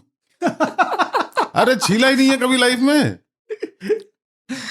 बहुत बड़ा चक्कर है ये। उसकी एक ट्रिक है कि वो 7 o'clock के टोपाज के ब्लेड हाँ। में अगर आप बीच में पेंसिल घुसा दें, हम्म, है ना, तो पेंसिल घुसा के उसको मतलब कोन ना बनने दें। पेंसिल घुसने से एक पत्ती उठी रहेगी, एक पत्ती नीचे रहेगी, तो फिर वो हल की तरह छुलना बन जाता है। उससे खीरा आलू कुछ भी छील इतने सकते हैं टिप्स आप। आते हैं। ये एक कठिन परिस्थिति इसलिए है कि आपको जब सब कुछ बना बनाया मिलता है ना, तो बहुत कठिन है उसको कभी वो सीख पाएगा, अगर फल कटा हुआ मिलेगा। और सबसे बुरी जो स्थिति है जो ताऊ कह रहे हैं, उसमें जो उसका रिवर्स है और जहां पे आप ले जाना चाह रहे हैं, वेस्ट के 2 लोगों का आपने कोट बताया, ये एकदम सही बात है। एकल परिवारों में समस्या वहां पे है जहां पे, जैसे हमारे घर में एक मेड काम करती है, तुलसी का बेटा 10वां पास करके गांव चला गया है, बाकी की पढ़ाई वहां पे करेगा, क्योंकि तुलसी और उसका पति जो पुताई करने का काम करते हैं, पेंटर बाबू हैं यहाँ पे दिल्ली में, इन लोगों ने कुछ कुछ पैसा जोड़ करके गांव में अपना एक पक्का घर बनाने का प्लान बनाया है, और इस वक्त वो पक्का घर धीरे धीरे करके बन रहा है। तो बच्चा है कि यहाँ वहां पे जाके मैं घर भी देखूंगा, पढ़ाई भी करूंगा और खेती पाती भी अब थोड़ा सा देखूंगा। वो इंटरेस्ट ले रहा है अपनी चीजों में वापस। यहाँ पे पति, तुलसी और उनकी एक बिटिया, और वो बिटिया अभी 12-13 साल की है। ये लोग यहाँ पे रह रहे हैं। ये यहाँ पे जिस घर में रह रहे हैं वहां पे और भी बहुत सारे मजदूर या स्किल्ड लेबर वाले लोग, पुताई वाले, बिजली वाले, पंपिंग सेट पे काम करने वाले, पानी की फैक्ट्री में कपड़ा सिलाई की उसमें फैक्ट्री में काम करने वाले, इस तरह के बहुत सारे लोग हैं। तो तुलसी का पति सवेरे अपना टिफिन बांध करके चला जाएगा और तुलसी फिर हम लोगों की सोसाइटी में आकर के घरों में काम करना शुरू कर देगी। तो तुलसी के लिए संकट है न्यूक्लियर परिवार में कि वो 12-13 साल की बच्ची वो गलत दिशा में नहीं चली जाए या उसके साथ कुछ गलत नहीं हो जाए। वो समय से स्कूल जाए, स्कूल से सीधे घर आए, घर पे जब आए तो दोनों में से कोई एक पहुंचा हुआ हो। वो अगर घर में ये लोग नहीं पहुंच पाए हैं तो वो किस घर में जा सकती है, क्या कर सकती है। अगर वो सीधे अपने घर आए तो घर में फिर वो कैसे अपने को एंगेज करेगी। जैसे पिछली बार उसने हमसे कहा कि भैया कुछ एडवांस दे दो, हम एक टीवी खरीद लेना चाहते हैं क्योंकि बिटिया हमारे आसपास के घरों में जाके जाती टीवी है। देखती है। तो हमने फिर उसको एक एमआई का टीवी खरीद के कलर टीवी दे दिया, छोटा सा। हमने कहा कि अब इसमें एंड्रॉयड टीवी है, इसमें तुम लगवा लो, ऐसे ऐसे करके कनेक्शन ले लो, अपना देखो। तो अब उसमें वो उसका आदमी शाम को आके रिमोट छीन लेता है और चैनल देखता रहता है सोने तक। यूक्रेन के बारे में उनको सब पता है और दिन में जो है बिटिया अपना तमाम तरह के चैनल्स वगैरह देखती रहती। तो अब क्या है, वो अपने घर में है, अंदर दरवाजा बंद करके, और उस बच्ची को पता है कि बाहर नहीं निकलना है, किसी के आने पे बिना पूछे दरवाजा नहीं खोलना है और टीवी के साथ में अपने आप को बिजी रखना है। जितनी देर पढ़ाई करनी है पढ़ाई करो, बाकी टाइम टीवी देखो। तो इस तरह के परिवारों में जो आप कह रहे हैं ना कि गरीब घर में एक भी माँ नहीं होती है और अमीर घर में 2 माँ होती है, दोनों ही बच्चों के साथ बहुत संकट है। जिनको 2 माँ हैं वो हरामखोर बन जा रहे हैं, जिनको एक भी माँ नहीं है वो परिस्थितियों के कई बार शिकार हो जा रहे हैं, कई बार एक्यूज्ड हैं वो और कई बार विक्टिम हैं वो। तो उनके साथ ये संकट हो रहा है और बच्चे को पालना एक फुल टाइम काम है। तो अगर माँ कुछ और कर रही है तो उस बच्चे को पालना फिर थोड़ा सा मुश्किल काम है। इसलिए बहुत सारी महिलाओं को आप पाएंगे कि शादी के बाद नौकरियां कंटिन्यू कर पाना या नौकरियों में रहते हुए नौकरियों को उस लगन और मेहनत के साथ कर पाना बहुत मुश्किल होता है, क्योंकि उनकी चिंता में कई सारे लोगों को आप टीम में, हमारे दोस्त यारों में हम लोगों ने पाया है कि एक महिला साथी जो रिपोर्टिंग में है और वो कभी भी किसी भी दिन किसी भी मौके पे, रात हो, मध्य रात्रि हो, जाड़ा हो, गर्मी हो, वो भाग के किसी चीज को कवर करने पहुंच जाती है। आज उसके लिए इसलिए मुश्किल है क्योंकि उसके पास 1 या 2 बच्चे हैं और उसको ये है कि नहीं सर मुझे घर जाना पड़ेगा, नहीं यार मुझे घर जाना पड़ेगा, हम वहां नहीं आ सकते, नहीं बच्चे को देखना पड़ेगा, उसका स्कूल से आने का टाइम हो गया है, मेरी शिफ्ट ये वाली नहीं हो सकती, मैं 3 दिन के लिए बाहर नहीं आ सकती हूँ क्योंकि हस्बैंड दोनों बच्चों को देख नहीं सकता है। तो इस तरह की स्थितियां बन रही, ये कॉम्प्लिकेशंस हैं। तो मदरहुड में, न्यूक्लियर फैमिली में ये इश्यूज हैं। लेकिन मैं फिर भी ये पाता हूं, और जहां से हम लोगों ने बातचीत शुरू की थी, कि इन इश्यूज के बावजूद जिस तरह का क्वालिटी एजुकेशन, हेल्थ, एक्सपोजर और तमाम सारी चीजें उन बच्चों को इन न्यूक्लियर फैमिलीज में आज मिल रही हैं, वो उनको संयुक्त परिवार में 6 महतारियों के बीच में रह करके नहीं मिल पाती। वो बहुत मुश्किल होता है। और अगर वो 6 महतारियों का परिवार महानगरों में ही है जहां पे आप काम कर रहे हैं, तब भी उन परिवारों की अपनी वर्जनाएं, उनकी अपनी कुंठाएं, उनका अपना फ्यूडल स्ट्रक्चर, उनकी अपनी जो डिक्टेटरशिप है सीनियर्स की या एल्डर्स की, उस इंस्टीट्यूशन में वो हमेशा फंसे रहते, उलझे रहते हैं, परेशान होते रहते हैं। आप जितने भी महापुरुषों को पाएंगे इतिहास के झरोखे में, वो महापुरुष इसलिए बने हैं क्योंकि वो संयुक्त परिवारों से निकल गए हैं। हाँ, एक कॉन्ट्राडिक्शन इसमें मनी वाला है। मैं सोच रहा था, जैसे आप गांवों में अक्सर पाएंगे कि जो बड़ी जोत का किसान है वो बड़े घरों में, एक बड़े घर में संयुक्त परिवार के उसमें रहता है। पर तलाक के बारे में ना, एक आपने अक्सर ये चीज़ देखी होगी कि बहुत सारे परिवारों में तलाक इसलिए नहीं हो पाता क्योंकि वो फाइनेंशियली वायबल नहीं होता और दोनों लोग उस रिश्ते में रहते हैं मजबूरी में। भले ही सेपरेशन हो जाता है पर तलाक नहीं हो पाता। सेम चीज़ कई बार मुझे लगता है कि इस संबंध में भी है। बहुत लोग संयुक्त परिवार से इसलिए नहीं अलग हो पाते क्योंकि वो अलग छत अफोर्ड नहीं कर सकते। और शहरों में ये बात उन परिवारों के संबंध में ज़्यादा है जो मेहनतकश परिवारों का जिक्र आप कर रहे हैं। 6 लोग एक 1.5 कमरे के घर में रह रहे हैं, उसी में किचन भी है, तो वो कैसे क्या करके अलग हो जाएंगे। तो न्यूक्लियर फैमिली का कॉन्सेप्ट बहुत ही अर्बन और फाइनेंशियली जो लोग स्ट्रांग हैं हिंदुस्तान की आधी आबादी की तुलना में, बिल्कुल। लेकिन उनके लिए जो 6 लोग एक कमरे में रह रहे हैं या 1.5 कमरे के मकान में रह रहे हैं, 5 लोग शहर में आकर के, उनके पास ये विकल्प था और उनके पास एक स्तर की सहनशीलता थी। तो एक 3 कमरे के मकान में 5 लोगों के परिवार की पीड़ा जब इस स्तर पे पहुंच जाती है कि वो कहता है कि मैं 6 लोगों के साथ 1.5 कमरे के मकान में रहना ज्यादा पसंद करूंगा, उस दिन वो टेक ऑफ कर लेता है। और यही होता है, गांव से कोई भी तब निकलता है जब गांव रहने लायक नहीं हो जाता, या फिर उसके ऐसे सपने होते हैं जो गांव में पूरे नहीं हो सकते। दो ही लोग हैं, अमीर का बच्चा भी गांव छोड़ता है और गरीब का बच्चा भी गांव छोड़ता है। दोनों बच्चे एक जैसी ट्रेनों में बैठ करके कोटा पहुंचते हैं। एक कोचिंग में एडमिशन ले लेता है क्योंकि उसको जमींदार नहीं रहना है, उसको इंजीनियर बनना है, उसको स्विट्जरलैंड जाना है, उसको फ्रांस जाना है, उसको सिलिकॉन वैली जाना है। और दूसरा बच्चा कोटा आकर के पत्थर की खदान में काम करने लगता है। क्यों? क्योंकि उसको अब अधिया बटैया का राशन खा करके अपनी जिंदगी नहीं बितानी है, गाली खा करके, मार खा के अपने गांव में नहीं रहना है, और अनाज की मजदूरी से ज्यादा उसको पैसे की मजदूरी और 8 घंटे में अच्छा रिटर्न वाली मेहनताने वाली नौकरी उसको ज्यादा पसंद है। वो अपने बाप से भी कुंठित है, अपने बाप के जो मालिकान हैं, जिन खेतों में उनके बाप काम करते हैं, उनसे भी कुंठित है, और उस समाज से भी कुंठित है जिसमें उसको केवल जाति से, गरीबी से और उसकी चमड़ी से पहचाना जाता रहा है। तो ये दोनों बच्चे कोटा गए हैं और दोनों बच्चे कोटा जाकर के सपने और लड़ाई। ताऊ ने एक भी बात कहा है कि गौर बच्चे करना। कोटे ही जाने चाहिए। और एक जो बात जो कोटा नहीं गया वो कोटा जा रहा है। वही एक बात होगा। ध्यान देना कि अगर अभी शहर के लोग ना फार्म हाउस में खेती करते हैं, है ना, वो तंग आ गए यहाँ की जिंदगी से, तो वो जमीन लेकर वहाँ एक छोटा सा कुटिया बनाकर उसमें रहते हैं और खेती करते हैं, एकदम ऑर्गेनिक खाना खाते हैं, खुश रहते हैं। गांव जो है वो फार्म हाउस का विस्तृत रूप है। अगर सारे गांवों को फार्म हाउसेस में तब्दील कर दिया जाए, ये आपकी खेत है, खेत के बीच में आपका घर है और आपके बगल वाला आपके गोद का नहीं है, सब मामला सुलझ जाए, सब ठीक हो जाए। दिक्कत है कि बगल वाला जो है आपके गोद का है, हम लोग गोतिया बोलते हैं, हाँ, और फिर वो मतलब सभी मनुष्यों की कमजोरी होती है, वो कमजोरियां उभर कर आने लगती हैं और आप परेशान रहते हैं। दूसरी बात, मेड़ के लिए बाबा बोल रहे थे, मेड़, सिंचाई का पानी किसका कौन काट देता है, आम आम। जैसे हमारा एक पेड़ था, वो एक्चुअली 3 पेड़ मिलके एक पेड़ हो गए थे, पर वो बहुत विशाल आम का पेड़ था, उसमें 3 तरह के आम लगते थे। दुनिया देखती थी एक ही पेड़ है, पर एकदम नजदीक से जाके देखने में पता चलता था वो 3 पेड़ है, 3 तरह के आम लगते थे उसमें, और चूंकि विशाल पेड़ था तो बहुत सारे आम लगते थे। अब वो हमारा जॉइंट पेड़ था, चूंकि उसका बंटवारा नहीं हो सकता ना, वो पेड़ है, वो खड़ा है और अद्भुत सा पेड़ था, अब नहीं है। उसमें 6-7 परिवारों की हिस्सेदारी थी, तो किसी का नहीं था वो। मैं जैसे महुआ चुनता था, तो वहां पे ना जब छोटे थे तो महुए के सीजन में कुछ लोग होते थे जो महुआ चुनते हैं आपके बिहाफ पे, और आप छोटे बच्चे हो, उत्साहित होके जाते हो, आप भी उसमें फुल कंट्रीब्यूशन करते हो।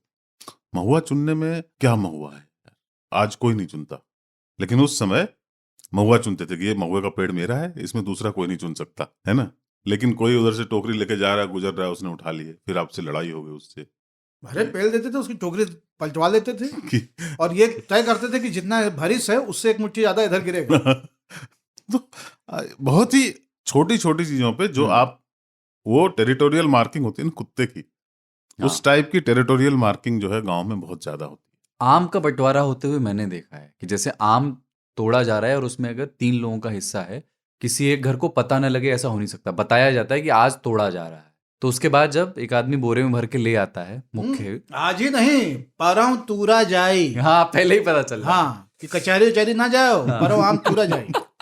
उसके बाद ना वो 3 लोग होते हैं, तो वो तीनों पक्ष बैठा करके सामने, जैसे वो अक्षय कुमार नहीं करता है 2 तेरा 2 मेरा, वो होता है बिल्कुल बंटवारा। बिल्कुल मछली होता है। जैसे हमारे घर में मैं भी गया, तो घर गए थे तो फिर मछली मारा गया, तो मछली थोड़े ना आदमी 2 पकड़ता है, मछली पकड़ा जाता है तो फिर बहुत सारा पकड़ा जाता है, तो आप कुछ बेच देते हो, कुछ बांट देते हो जो घर में, पर अदरवाइज मछली का बंटवारा होता है। निकालो, जितनी बार वो मारा जाएगा उतनी बार वो, मतलब एक समझिए किलो की तरह ही बंटवारा होता है मछली का, और आप बांट के खाते हैं, और उसमें ये रहता है कि उसने अच्छा ले लिया, है ना, छोट छोट दे दी। हाँ कि बढ़िया रोहू था लेकिन पहले उठा लिया। हाँ, इससे, मछली से और बांट के खाने से याद आया कि भारत में 2 परिवार बहुत महत्वपूर्ण हैं, एक गांधी परिवार और एक संघ परिवार। हालांकि इन दोनों परिवारों के साथ साथ 2 और परिवार बहुत महत्वपूर्ण हैं, एक करुणानिधि परिवार और एक मुलायम परिवार। तो ऐसे तो फिर बहुत नहीं, पर ये 2 बड़े हैं, मतलब इनके जाने बहुत बड़े हैं, 17 22 लोग हैं भाई एक एक परिवार। ये गांधी परिवार और संघ परिवार में कौन सा एकल है, कौन सा संयुक्त? हाँ, ये है। मुझे लगता है कि विचार के स्तर पे संघ परिवार जो है एकल परिवार है।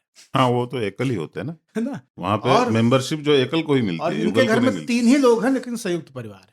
अभी तक हम लोग संयुक्त परिवार के बारे में जो कुछ बोलते हैं उसके आलोक में ही देखें इसको। हाँ, उसी के आलोक में देखें, क्योंकि पुरानी वर्जनाएं जो है छूट नहीं रही। ठीक है वो, लेकिन ये एक चीज है, संघ परिवार में ना रोल्स बहुत डिफाइंड है। भारत विकास परिषद को क्या करना है, भारत विकास परिषद वालों को मालूम है। हाँ, बजरंग दल वालों को मालूम है उन्हें क्या करना है। हेड ऑफ द फैमिली नहीं, की मैं केवल भूमिका। विचार के स्तर पे कह रहा था हम्म, कि एक ही आदमी सोच रहा है तो एकल परिवार। लोग संयुक्त रूप से सोच रहे हैं तो तीन संयुक्त तालियों का परिवार। परिवार किस श्रेणी में आएगा? मतलब ये तो थोड़ा लॉन्ग डिस्टेंस संयुक्त फैमिली टाइप का है, लेकिन कोई यहाँ पे हेड ऑफ द फैमिली है नहीं। इसको गायत्री परिवार मान लीजिए। पंडित श्री राम शर्मा आचार्य। इतना ज्ञान पेल रहे हैं, अखंड ज्योति जल रही है यहाँ 3 ताल की, और कौन सा परिवार हो सकता है? एक निर्गुण है अवघड़ पंथियों का कि नभ तो हमरे पिता तुल्य हैं, नभ तो हमरे पिता तुल्य हैं, धरती है महतारी, हमसे कौन बड़ा परिवारी। आए। वो वो हमारा परिवार तो वही है। वही है। और मोटा भाई की तरह मैं भी मानता हूँ कि वसुधैव कुटुंबकम। वो राजस्थान में इस बार आएंगी। वीर भोग्या। अगर कभी उनके उनके उनके खिलाफ चुनाव लड़ने वाला किसको नहीं, मेरा बहुत कई साल से मन है, और ये बीजेपी राजस्थान वाली पता नहीं क्यों, क्योंकि ये लोग रचनाशील नहीं है, रचनाधर्मी नहीं है। नहीं तो ये जो लगता है ना कि वसुंधरा राजे सिंधिया जिंदाबाद जिंदाबाद, ये सब बेकार नारे हैं। हाँ, वीर भोग। नारा केवल ये लगना चाहिए, वीर भोग्या वसुंधरा, वीर भोग्या वसुंधरा, वीर भोग्या। एक मराठा ठसक भी उसमें दिखाई देगी एकदम, है ना? एक स्लोगन भी पूरा हो जाएगा, एक सूत्र भी श्लोक में आप और उनका जो रजवाड़ा वो हाँ, भी एस्टेब्लिश। पूरा एकदम। परिवार वाला जो मैं कह रहा था ना, परिवार नियोजन का हमारे यहाँ बड़े कार्यक्रम चले हैं गाँव में। आपने वो सुना है कि एक बार एक डीएम साहब पहुंचे थे और वो बता रहे थे, वो फैमिली प्लानिंग का वो बता रहे, नसबंदी का प्रचार, वो पुराने ज़माने का कहानी है, नसबंदी के फ़ायदे बताने के लिए पहुंचे थे। तो गांव वालों को समझा रहे थे कि इसके क्या क्या फ़ायदे हैं। तो कोई एक गांव वाला खड़ा हो गया, बोला कि डीएम साहब आपने करवाई है क्या? बोले नहीं, मैं तो नहीं कराई। बोले अच्छा, आपके जो ये मंत्रालय है, इसके मंत्रालय के सचिव जी ने कराई है क्या? बोले नहीं, उन्होंने भी नहीं कराई। बोले कमिश्नर साहब ने कराई है क्या? बोले मैं समझ रहा हूँ तुम कहाँ जाना चाह रहे हो, देखो हम लोग पढ़े लिखे लोग हैं, हम लोग अपना परिवार नियोजन कर सकते हैं। तो बोले डीएम साहब हमें भी पढ़ाओ लिखाओ, हमारी नसबंदी के पीछे काहे पड़े।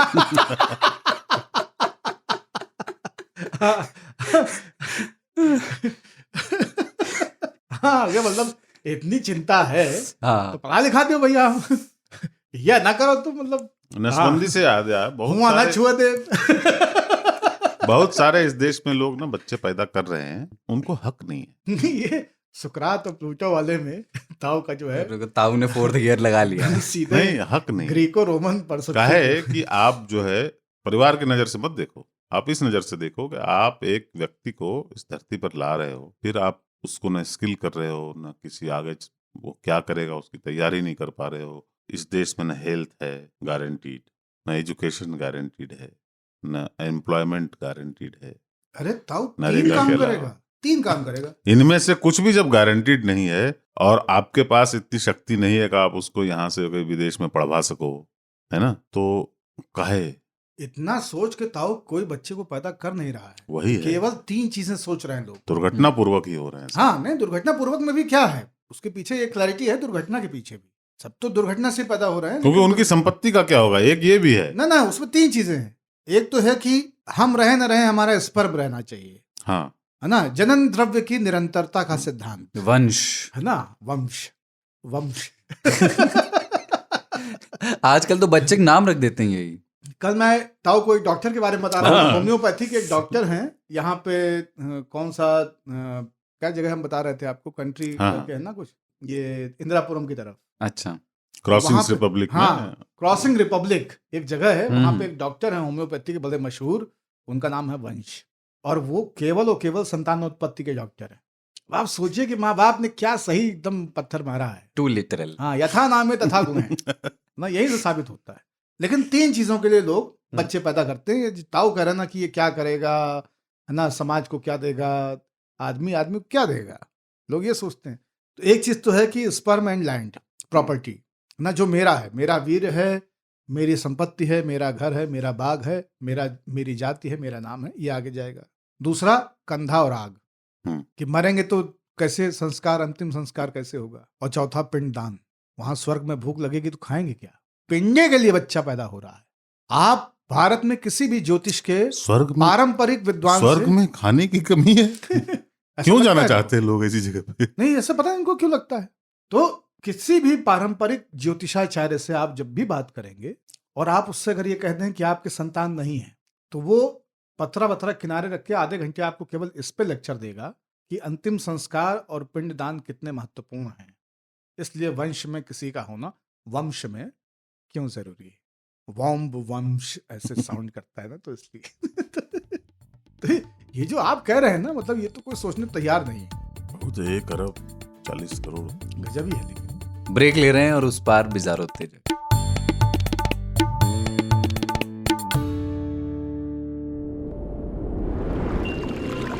बदलते हवा पानी से लेकर इस इकोसिस्टम की कहानी तक, अमीबा पैरामीशियम से लेकर वेल जैसे हैवी प्राणी तक, खेत खलिहान से लेकर आपके घर की बागवानी तक, आपकी हर जिज्ञासा और सवाल का जवाब है अर्थशास्त्र। इस धरती और इसके क्लाइमेट से जुड़ा ऐसा पॉडकास्ट जहां आप जानेंगे how to live sustainably and sensibly. सुनिए हर शुक्रवार आज तक रेडियो पर, मेरे यानी अमन गुप्ता के साथ। आज तक रेडियो पर आप 3 ताल सुन रहे हैं कमलेश ताऊ, पाणिनी बाबा और कुलदीप सरदार के साथ। और बिजार खबर आई है उत्तर प्रदेश के बदायूं से। बदायूं से, हाँ, बदायूं से बहुत बिजार आ रही। अच्छा, वो बीच में आपने देखा था मध्य प्रदेश से बैक टू बैक आ रही थी खबरें, जब हम लोग एमपी का जब है बोलते थे। आजकल यूपी बढ़ गया। तो हुआ ये कि बदायूं में एक तहसील है बिलसी, वहाँ एक गांव है रायपुर, वहाँ रहते हैं दिनेश जी। तो दिनेश जी के 5 बच्चे हैं। मैं एकदम गूगल अर्थ से जा रहा हूँ धीरे धीरे। हाँ। ऐसा नहीं, वो दिनेश जी बोलने पे रघुवर दास की याद आती है। क्या नाम है नोवेल का? अच्छा, विनोद कुमार शुक्ल की नोवेल है दीवार में एक खिड़की रहती है। उसके कैरेक्टर हैं। तो दिनेश जी के 5 बच्चे हैं। 3 बच्चे गांव के ही प्राथमिक विद्यालय में पढ़ते हैं और वो अपनी बेटी आरती का एडमिशन कराने के लिए स्कूल पहुंचे तो वहाँ शिक्षिका मौजूद थी, एकता वार्ष्णेय। तो एडमिशन की सभी औपचारिकता पूरी होने के बाद जब उन्होंने बच्ची का आधार कार्ड देखा तो वो हैरान रह गई। आधार कार्ड में बच्ची का नाम लिखा हुआ था मधु का 5वां बच्चा, और उनका एडमिशन करने से मना कर दिया गया इस बिना पे। फिर तमाम जगहों पे खबरें छपी और मुख्यमंत्री कार्यालय के दखल के बाद ऐसी खबर है कि अब बच्ची को दाखिला बाद में मिल। पर बाबा, मधु का 5वां बच्चा सुन करके मुझे एक किताब याद आई, सूरज का 7वां घोड़ा। धर्मवीर भारती, ये रिकमेंडेशन है। लेकिन जो उस टाइम शुरू हुआ था, जो नंबर से पहचानने वाली जो बात थी, मतलब ये वो नहीं है कि तुम कौन हो, मैं 935 433 हूँ, ये वो नहीं है। वैसे यहाँ पे मैं नंबर, अपना मोबाइल नंबर इंटीग्रेट कर सकता था ना। मैं मधु का 5th। हाँ, लेकिन एक दिशा में हम तो 8703 है। हाँ, लेकिन एक दिशा में अपन बढ़ने लगे हैं, मतलब वो जो व्यवस्था है कि नंबर से पहचाने जाए। लेकिन आधार कार्ड से जुड़ी आप लोगों को कभी इस तरह की तकलीफें हुई? जैसे आधार कार्ड का बड़ा इस बात के लिए उपहास उड़ता है, बहुत मीम्स लोगों ने बनाए हैं कि रियल लाइफ में ये है, या फेसबुक और व्हाट्सएप और इंस्टाग्राम पे आप ऐसे दिखते हैं और आधार कार्ड पे ऐसे दिखते हैं। इस तरह के मीम्स बने कि लड़की कह रही है अपने बाप से कि पापा आधार कार्ड वाली फोटो देख कर ही मैं शादी करूंगी, रियल पिक्चर वही है। कभी ऐसा हुआ है कि कुछ करेक्शन हुआ? मतलब हमारे साथ तो मैं तो आधार के विरोध में था और कई वर्षों तक आधार कार्ड बनवाया नहीं। हाँ, वो आपने 3 ताल में बताया था। हाँ, फिर आखिर में ये हुआ कि ताऊ ने कहा कि भाई अब बनवाना पड़ेगा, क्योंकि एचआर से चिट्ठी आ गई कि अब तनख्वाह नहीं मिलेगी। तो हमने कहा कि अब ऐसा अपना निराधार रह करके क्या फायदा, अब बनवा ही लिया जाए। जीवन का आधार है। हाँ, आधार नहीं है तो आप जीवित में गिने नहीं जाएंगे। फैज की लाइन पढ़ी हमने कि फिर हमें कत्ल हुआ यारों चलो, हाकिम शहर भी मजमा आम भी। तो हम चले गए, भाई नीचे यहीं पे लगा हुआ था। अच्छा, यहीं बन गया? हाँ, तो ये दफ्तर में ही नीचे, कहीं श्रम नहीं किया उसके लिए हम, तो वो बन गया। हालांकि पहचानने में अभी भी तकलीफ होती है कि हम ही हैं उसमें, लेकिन हाँ, मेरे को नहीं होती वो। मैं जीवन में जितना अगली हूँ उतना ही वो है। लेकिन हमको एक तो चीज मैं का तुरंत confidence पहचान है लेता हूँ मैं ही हूँ कि मेरे बाल वो झबरा की तरह खुले हुए हैं उसमें। तो पुलिस वाले या जब बाकी कार्यालय के लोग हैं, वो जब मुझे साक्षात देखते हैं, मेरा आधार देखते हैं, तो बाल मिला लेते हैं। कि हाँ नहीं उतने बाल हैं तो ठीक है इसी का होगा। तो ये वाली एक स्थिति है। हाँ लेकिन खबरें कही हम लोगों ने, तो जैसे ये सूरज का 7वां घोड़ा पैदा हुआ, मतलब मधु का 5वां बच्चा, उसी तरह से हम लोगों ने देखा कि कुछ सिने तारिकाओं की तस्वीर के साथ में लोगों के आधार बन गए। एक हनुमान जी का बन गया था जिसमें वाकई हनुमान जी का की बना फोटो था। लगी थी। उसके अलावा बछवा और मेमने की फोटो भी लग चुकी है। तो या कुछ लोगों के फोटो अपने रहे हैं, लेकिन महात्मा गांधी और जवाहरलाल नेहरू नाम से भी बन गए हैं आधार कार्ड। तो लोगों ने इस तरह से बनवाया है और वो हुआ है, और इसको मैं विचित्र मानता नहीं हूं। मुझे लगता है कि भाई करोड़ों बन रहे हैं, तो इतना बड़ा foolproof तो देश हाँ। है। अभी जब ये जो रफेल वाले हैं, इनसे कह दो कि 100 करोड़ रफेल बनाए दें, इनसे कहो 100 करोड़ रफेल बनाए दें, 100 करोड़ में आप देख लीजिए कम से कम 15 करोड़ 10 करोड़ रफेल जो है वो उसमें डिफेक्ट होगा। अरे 32 आता है उसमें 2 गिर जाते हैं। नहीं मतलब नहीं वो तो अकलदार होता है, रहता है। 2 गिरा ना अकलदार है, आया 32 था। फिर युवा कि 2 गिर जाए तो ठीक है। नहीं राफेल तो नहीं गिरा है, पर हाँ। उदाहरण दे रहा हूँ कि मिग। नहीं हम कह रहे हैं कि गिरना पड़े। करोड़ों में जो है ना लाखों खराब निकलेंगे। हाँ। तो वो स्थिति है, तो इसलिए अगर 2-4 शून्याङ्की त्रुटि वाले हैं तो चल रहा है। मुझे और ये आप- आइडिया अच्छा लगा, मधु का 5वां बच्चा ना, उसमें ये ऑलमोस्ट साउथ इंडिया पहुंच गए हम, कि मुत्तुवेल, करुणानिधि, स्टालिन। मुत्तुवेल के करुणानिधि का बेटा स्टालिन, बहुत ही क्लियर होता है, सबके नामों से ये स्पष्ट हो जाता है कि कहाँ के हो, बाप कौन बाप है, का, दादा का, सबका। ये बहुत अच्छा है। आपको गुजरात जो है वो थोड़ा सा जाता है, पिता तक जाता है वो, हाँ, मतलब मोहनदास करमचंद। करमचंद हम्म। गांधी। लेकिन साउथ में बहुत बढ़िया है, हरदनाहल्ली, डोड्डाहल्ली, देवेगौड़ा। और अभी ये घूम के आ गया जो था ना कि घरों से जो पहचान होती है ना, जो आप कह रहे थे गांवों में क्यूरियोसिटी भी यही होती है, नाम नहीं जानना होता है। देवेगौड़ा का बेटा का नाम कितना आसान होता है, हमको पता है, हरदनाहल्ली, देवेगौड़ा, कुमारस्वामी। अब कुमारस्वामी का हरदनाहल्ली, कुमारस्वामी बेटे का नाम, कुमारस्वामी का तीसरा बेटा। और बहुत निर्णायक है, मतलब जिस आदमी ने लिखा है उसने केवल नाम ही नहीं बताया है, और केवल मतलब लोग कहते हैं पुष्प, वो पूरा पुष्पक्रम बता रहा है। हाँ। और पुष्पक्रम बताने के साथ साथ एक तरह से आपको आगाह भी कर रहा है कि 5 हुई गए, 5वां है। मधु बहुत प्रोलिफिक है। हाँ, तो मतलब अरे मधु हो तो पढ़ा मधु- लिखा देते। है, अब मधु हो तो कैटअप और कर लेती, कहानी खत्म। ये बहुत गंदा था।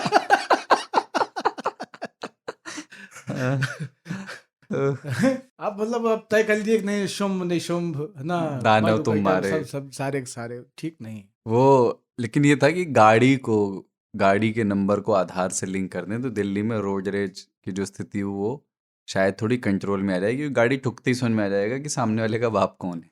जानता नहीं मेरा बाप कौन है वाले जो है। हाँ, तो कोई उसमें फर्जी क्लेम्स भी नहीं हो पाएंगे अगर कोई फर्जी क्लेम करेगा। दूसरा, अगर किसी का बाप हाँ, वाकई मतलब कुछ किसी ने है, किसी के बम्पर में मार दे, अच्छा एक के हो।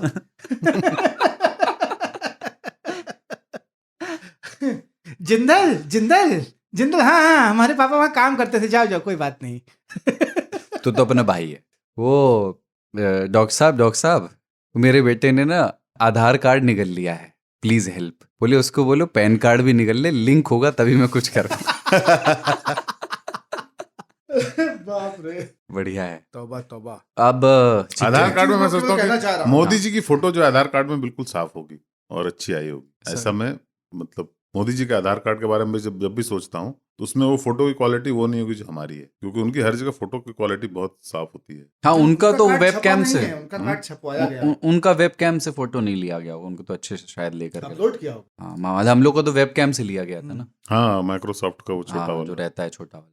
वैसे एक बहुत चीज लोग मैं केवल कहना चाह रहा हूँ आज की चर्चा में, क्योंकि हम 2-3-4 विषयों पे नहीं गए और एक ही विषय को हम लोगों ने खोला और सोचा कि इसको समेट लें, और आज का ज्यादा समय 3 ताल का संयुक्त परिवार की रस्सी खोलने में गया है।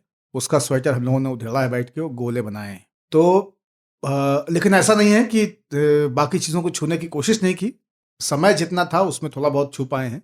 पत्र हम चाहते हैं कि इसके ऊपर लोग लिखें और अधिकतर प्रतिक्रियाएं या विचार इस बारे में लोग लिखें, हाथ से लिखें, ईमेल पे लिखें, व्हाट्सएप पे लिखें, लेकिन लिख के बताएं।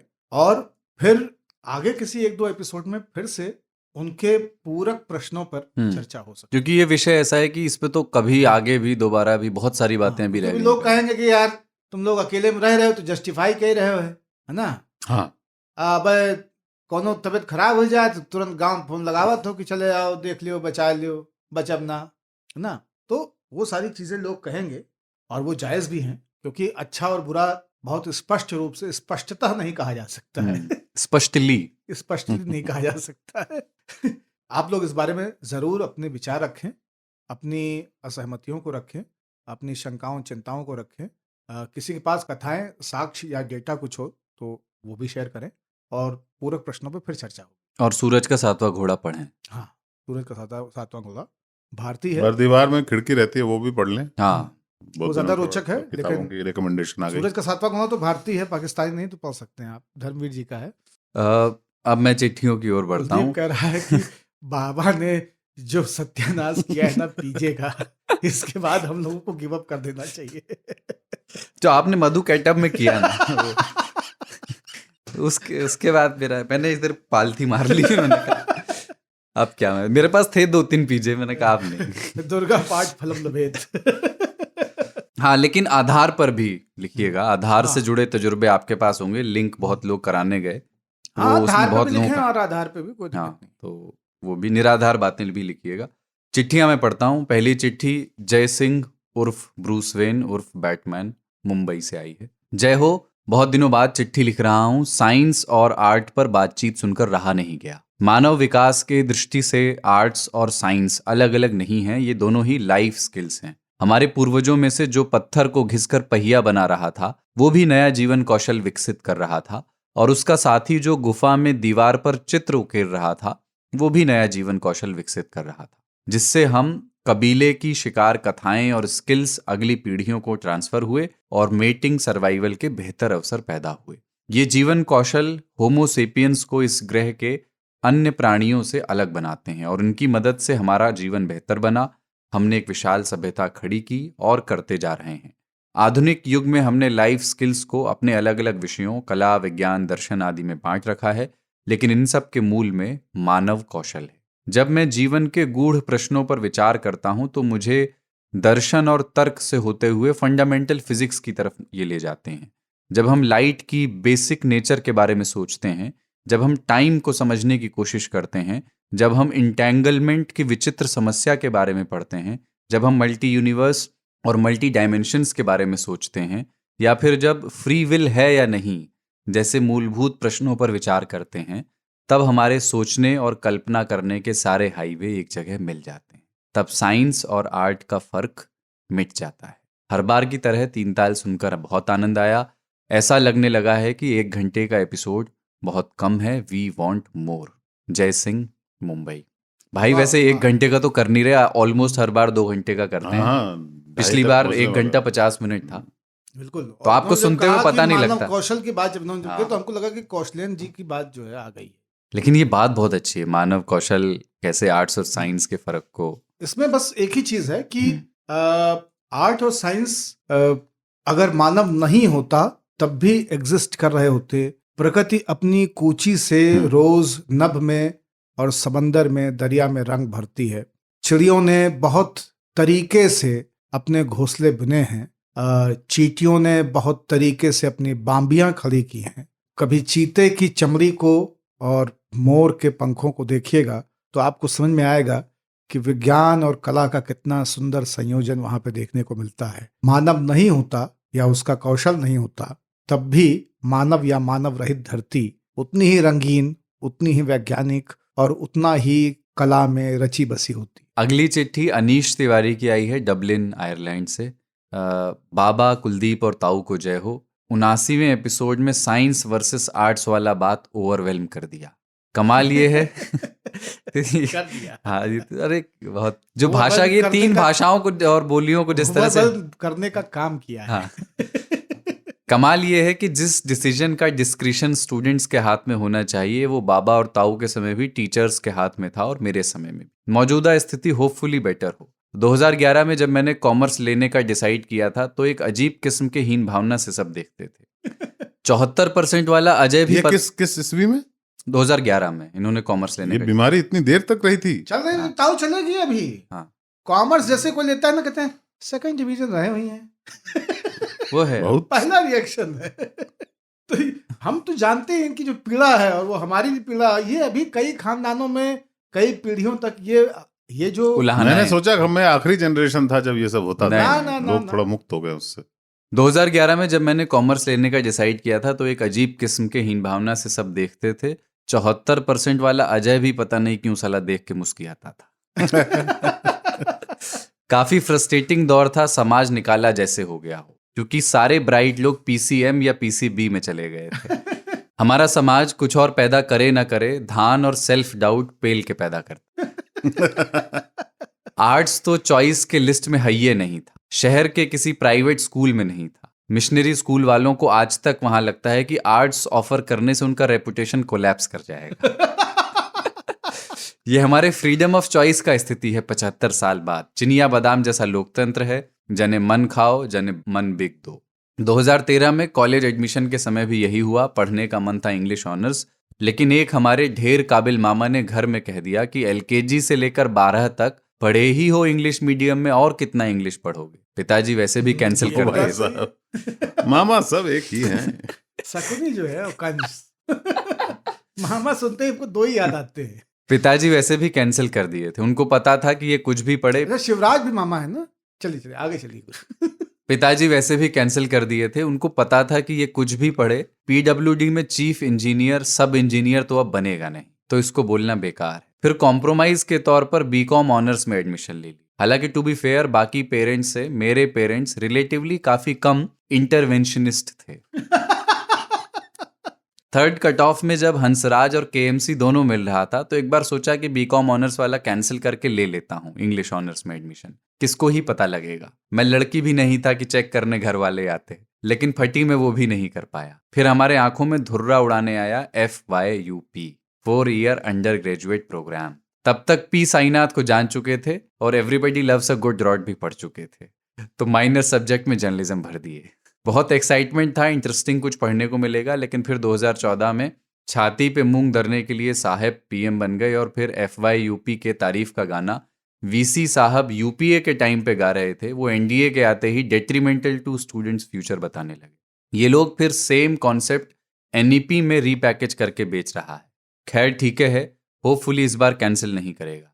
मल्टी डिसिप्लिनरी और इंटर डिसिप्लिनरी करिकुलम भी ज़रूरी है। आर्ट्स इंसान को इंसान बनाता है, साइंस को अपने पे छोड़ देंगे तो पूरा बिहार झारखंड की जनता को बस एक नंबर, एक डेटा पॉइंट की तरह देखेगा। जो 5 से 10% बिहारियों को इंसान समझा जा रहा है, वो समझिए कि आर्ट्स के चलते ही है। रूलिंग क्लास खेलता है सब स्टूडेंट्स के साथ, खास करके हमारे क्षेत्र के बच्चों के साथ।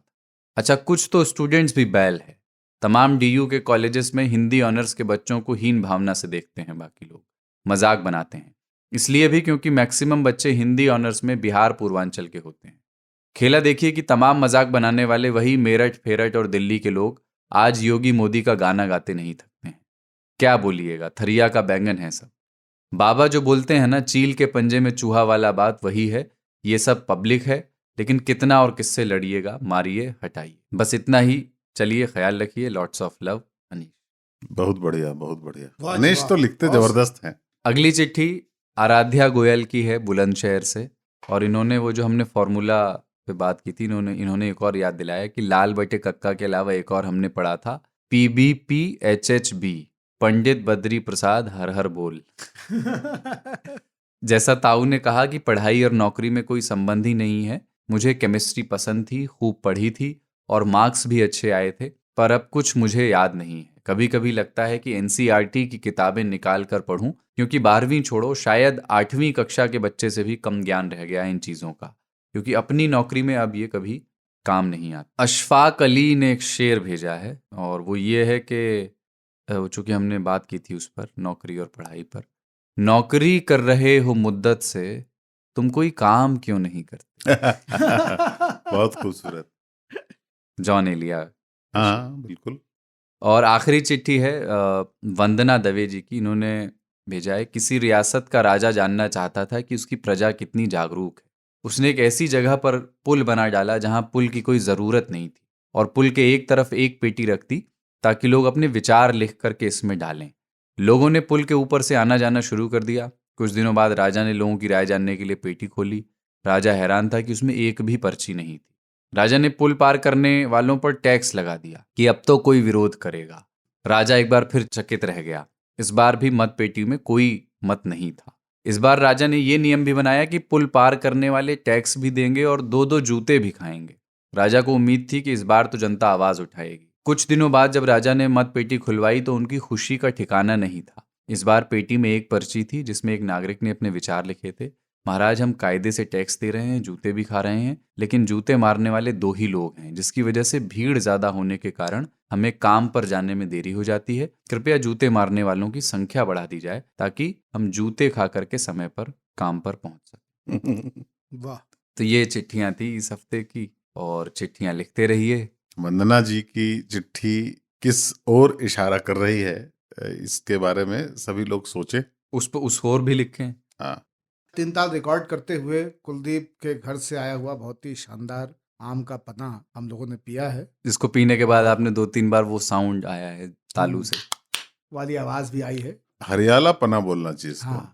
केसरिया पना अलग है, हाँ। हरियाला पना। तो आप लोगों के लिए भी यही सुझाव है कि गर्मी जिस तबीयत की है, आम का पन्ना पीते रहें और उससे पेट ठंडा रहेगा। और गर्मी के मौसम में जिसका पेट ठंडा रहता है उसी का दिमाग भी ठंडा रहता है। और फिर भी ऐसा नहीं हो तो 3 ताल तो है ही। अच्छे से अच्छे गर्म दिमाग को ठंडा करने के लिए 3 ताल नवरत्न कबाब सुनते रहिए। और गुजरात चिट्ठियां के भाइयों को मैं बोलूंगा, आपके घर में पेट तो होगा ही कोई, तो उसको ठंडा रखिए, बाहर जाने मत दीजिए। बाहर जावे, बहु गर्मी पड़ रहा है, अपना पेट पकड़ के चलो। घर में रखने का। हाँ, बांध के रखने का। तो बताइएगा, जॉइंट फैमिली के बारे में आपको बताना है वो तो है ही, और तरीका वही है भेजने का, radio@aajtak.com पर, या व्हाट्सएप कर सकते हैं 9953323303।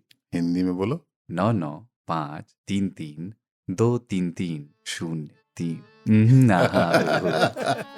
अगले एपिसोड में मिलते हैं। जय हो। जय हो, जय हो, जय जय हो, हो, जय जय हो। हो।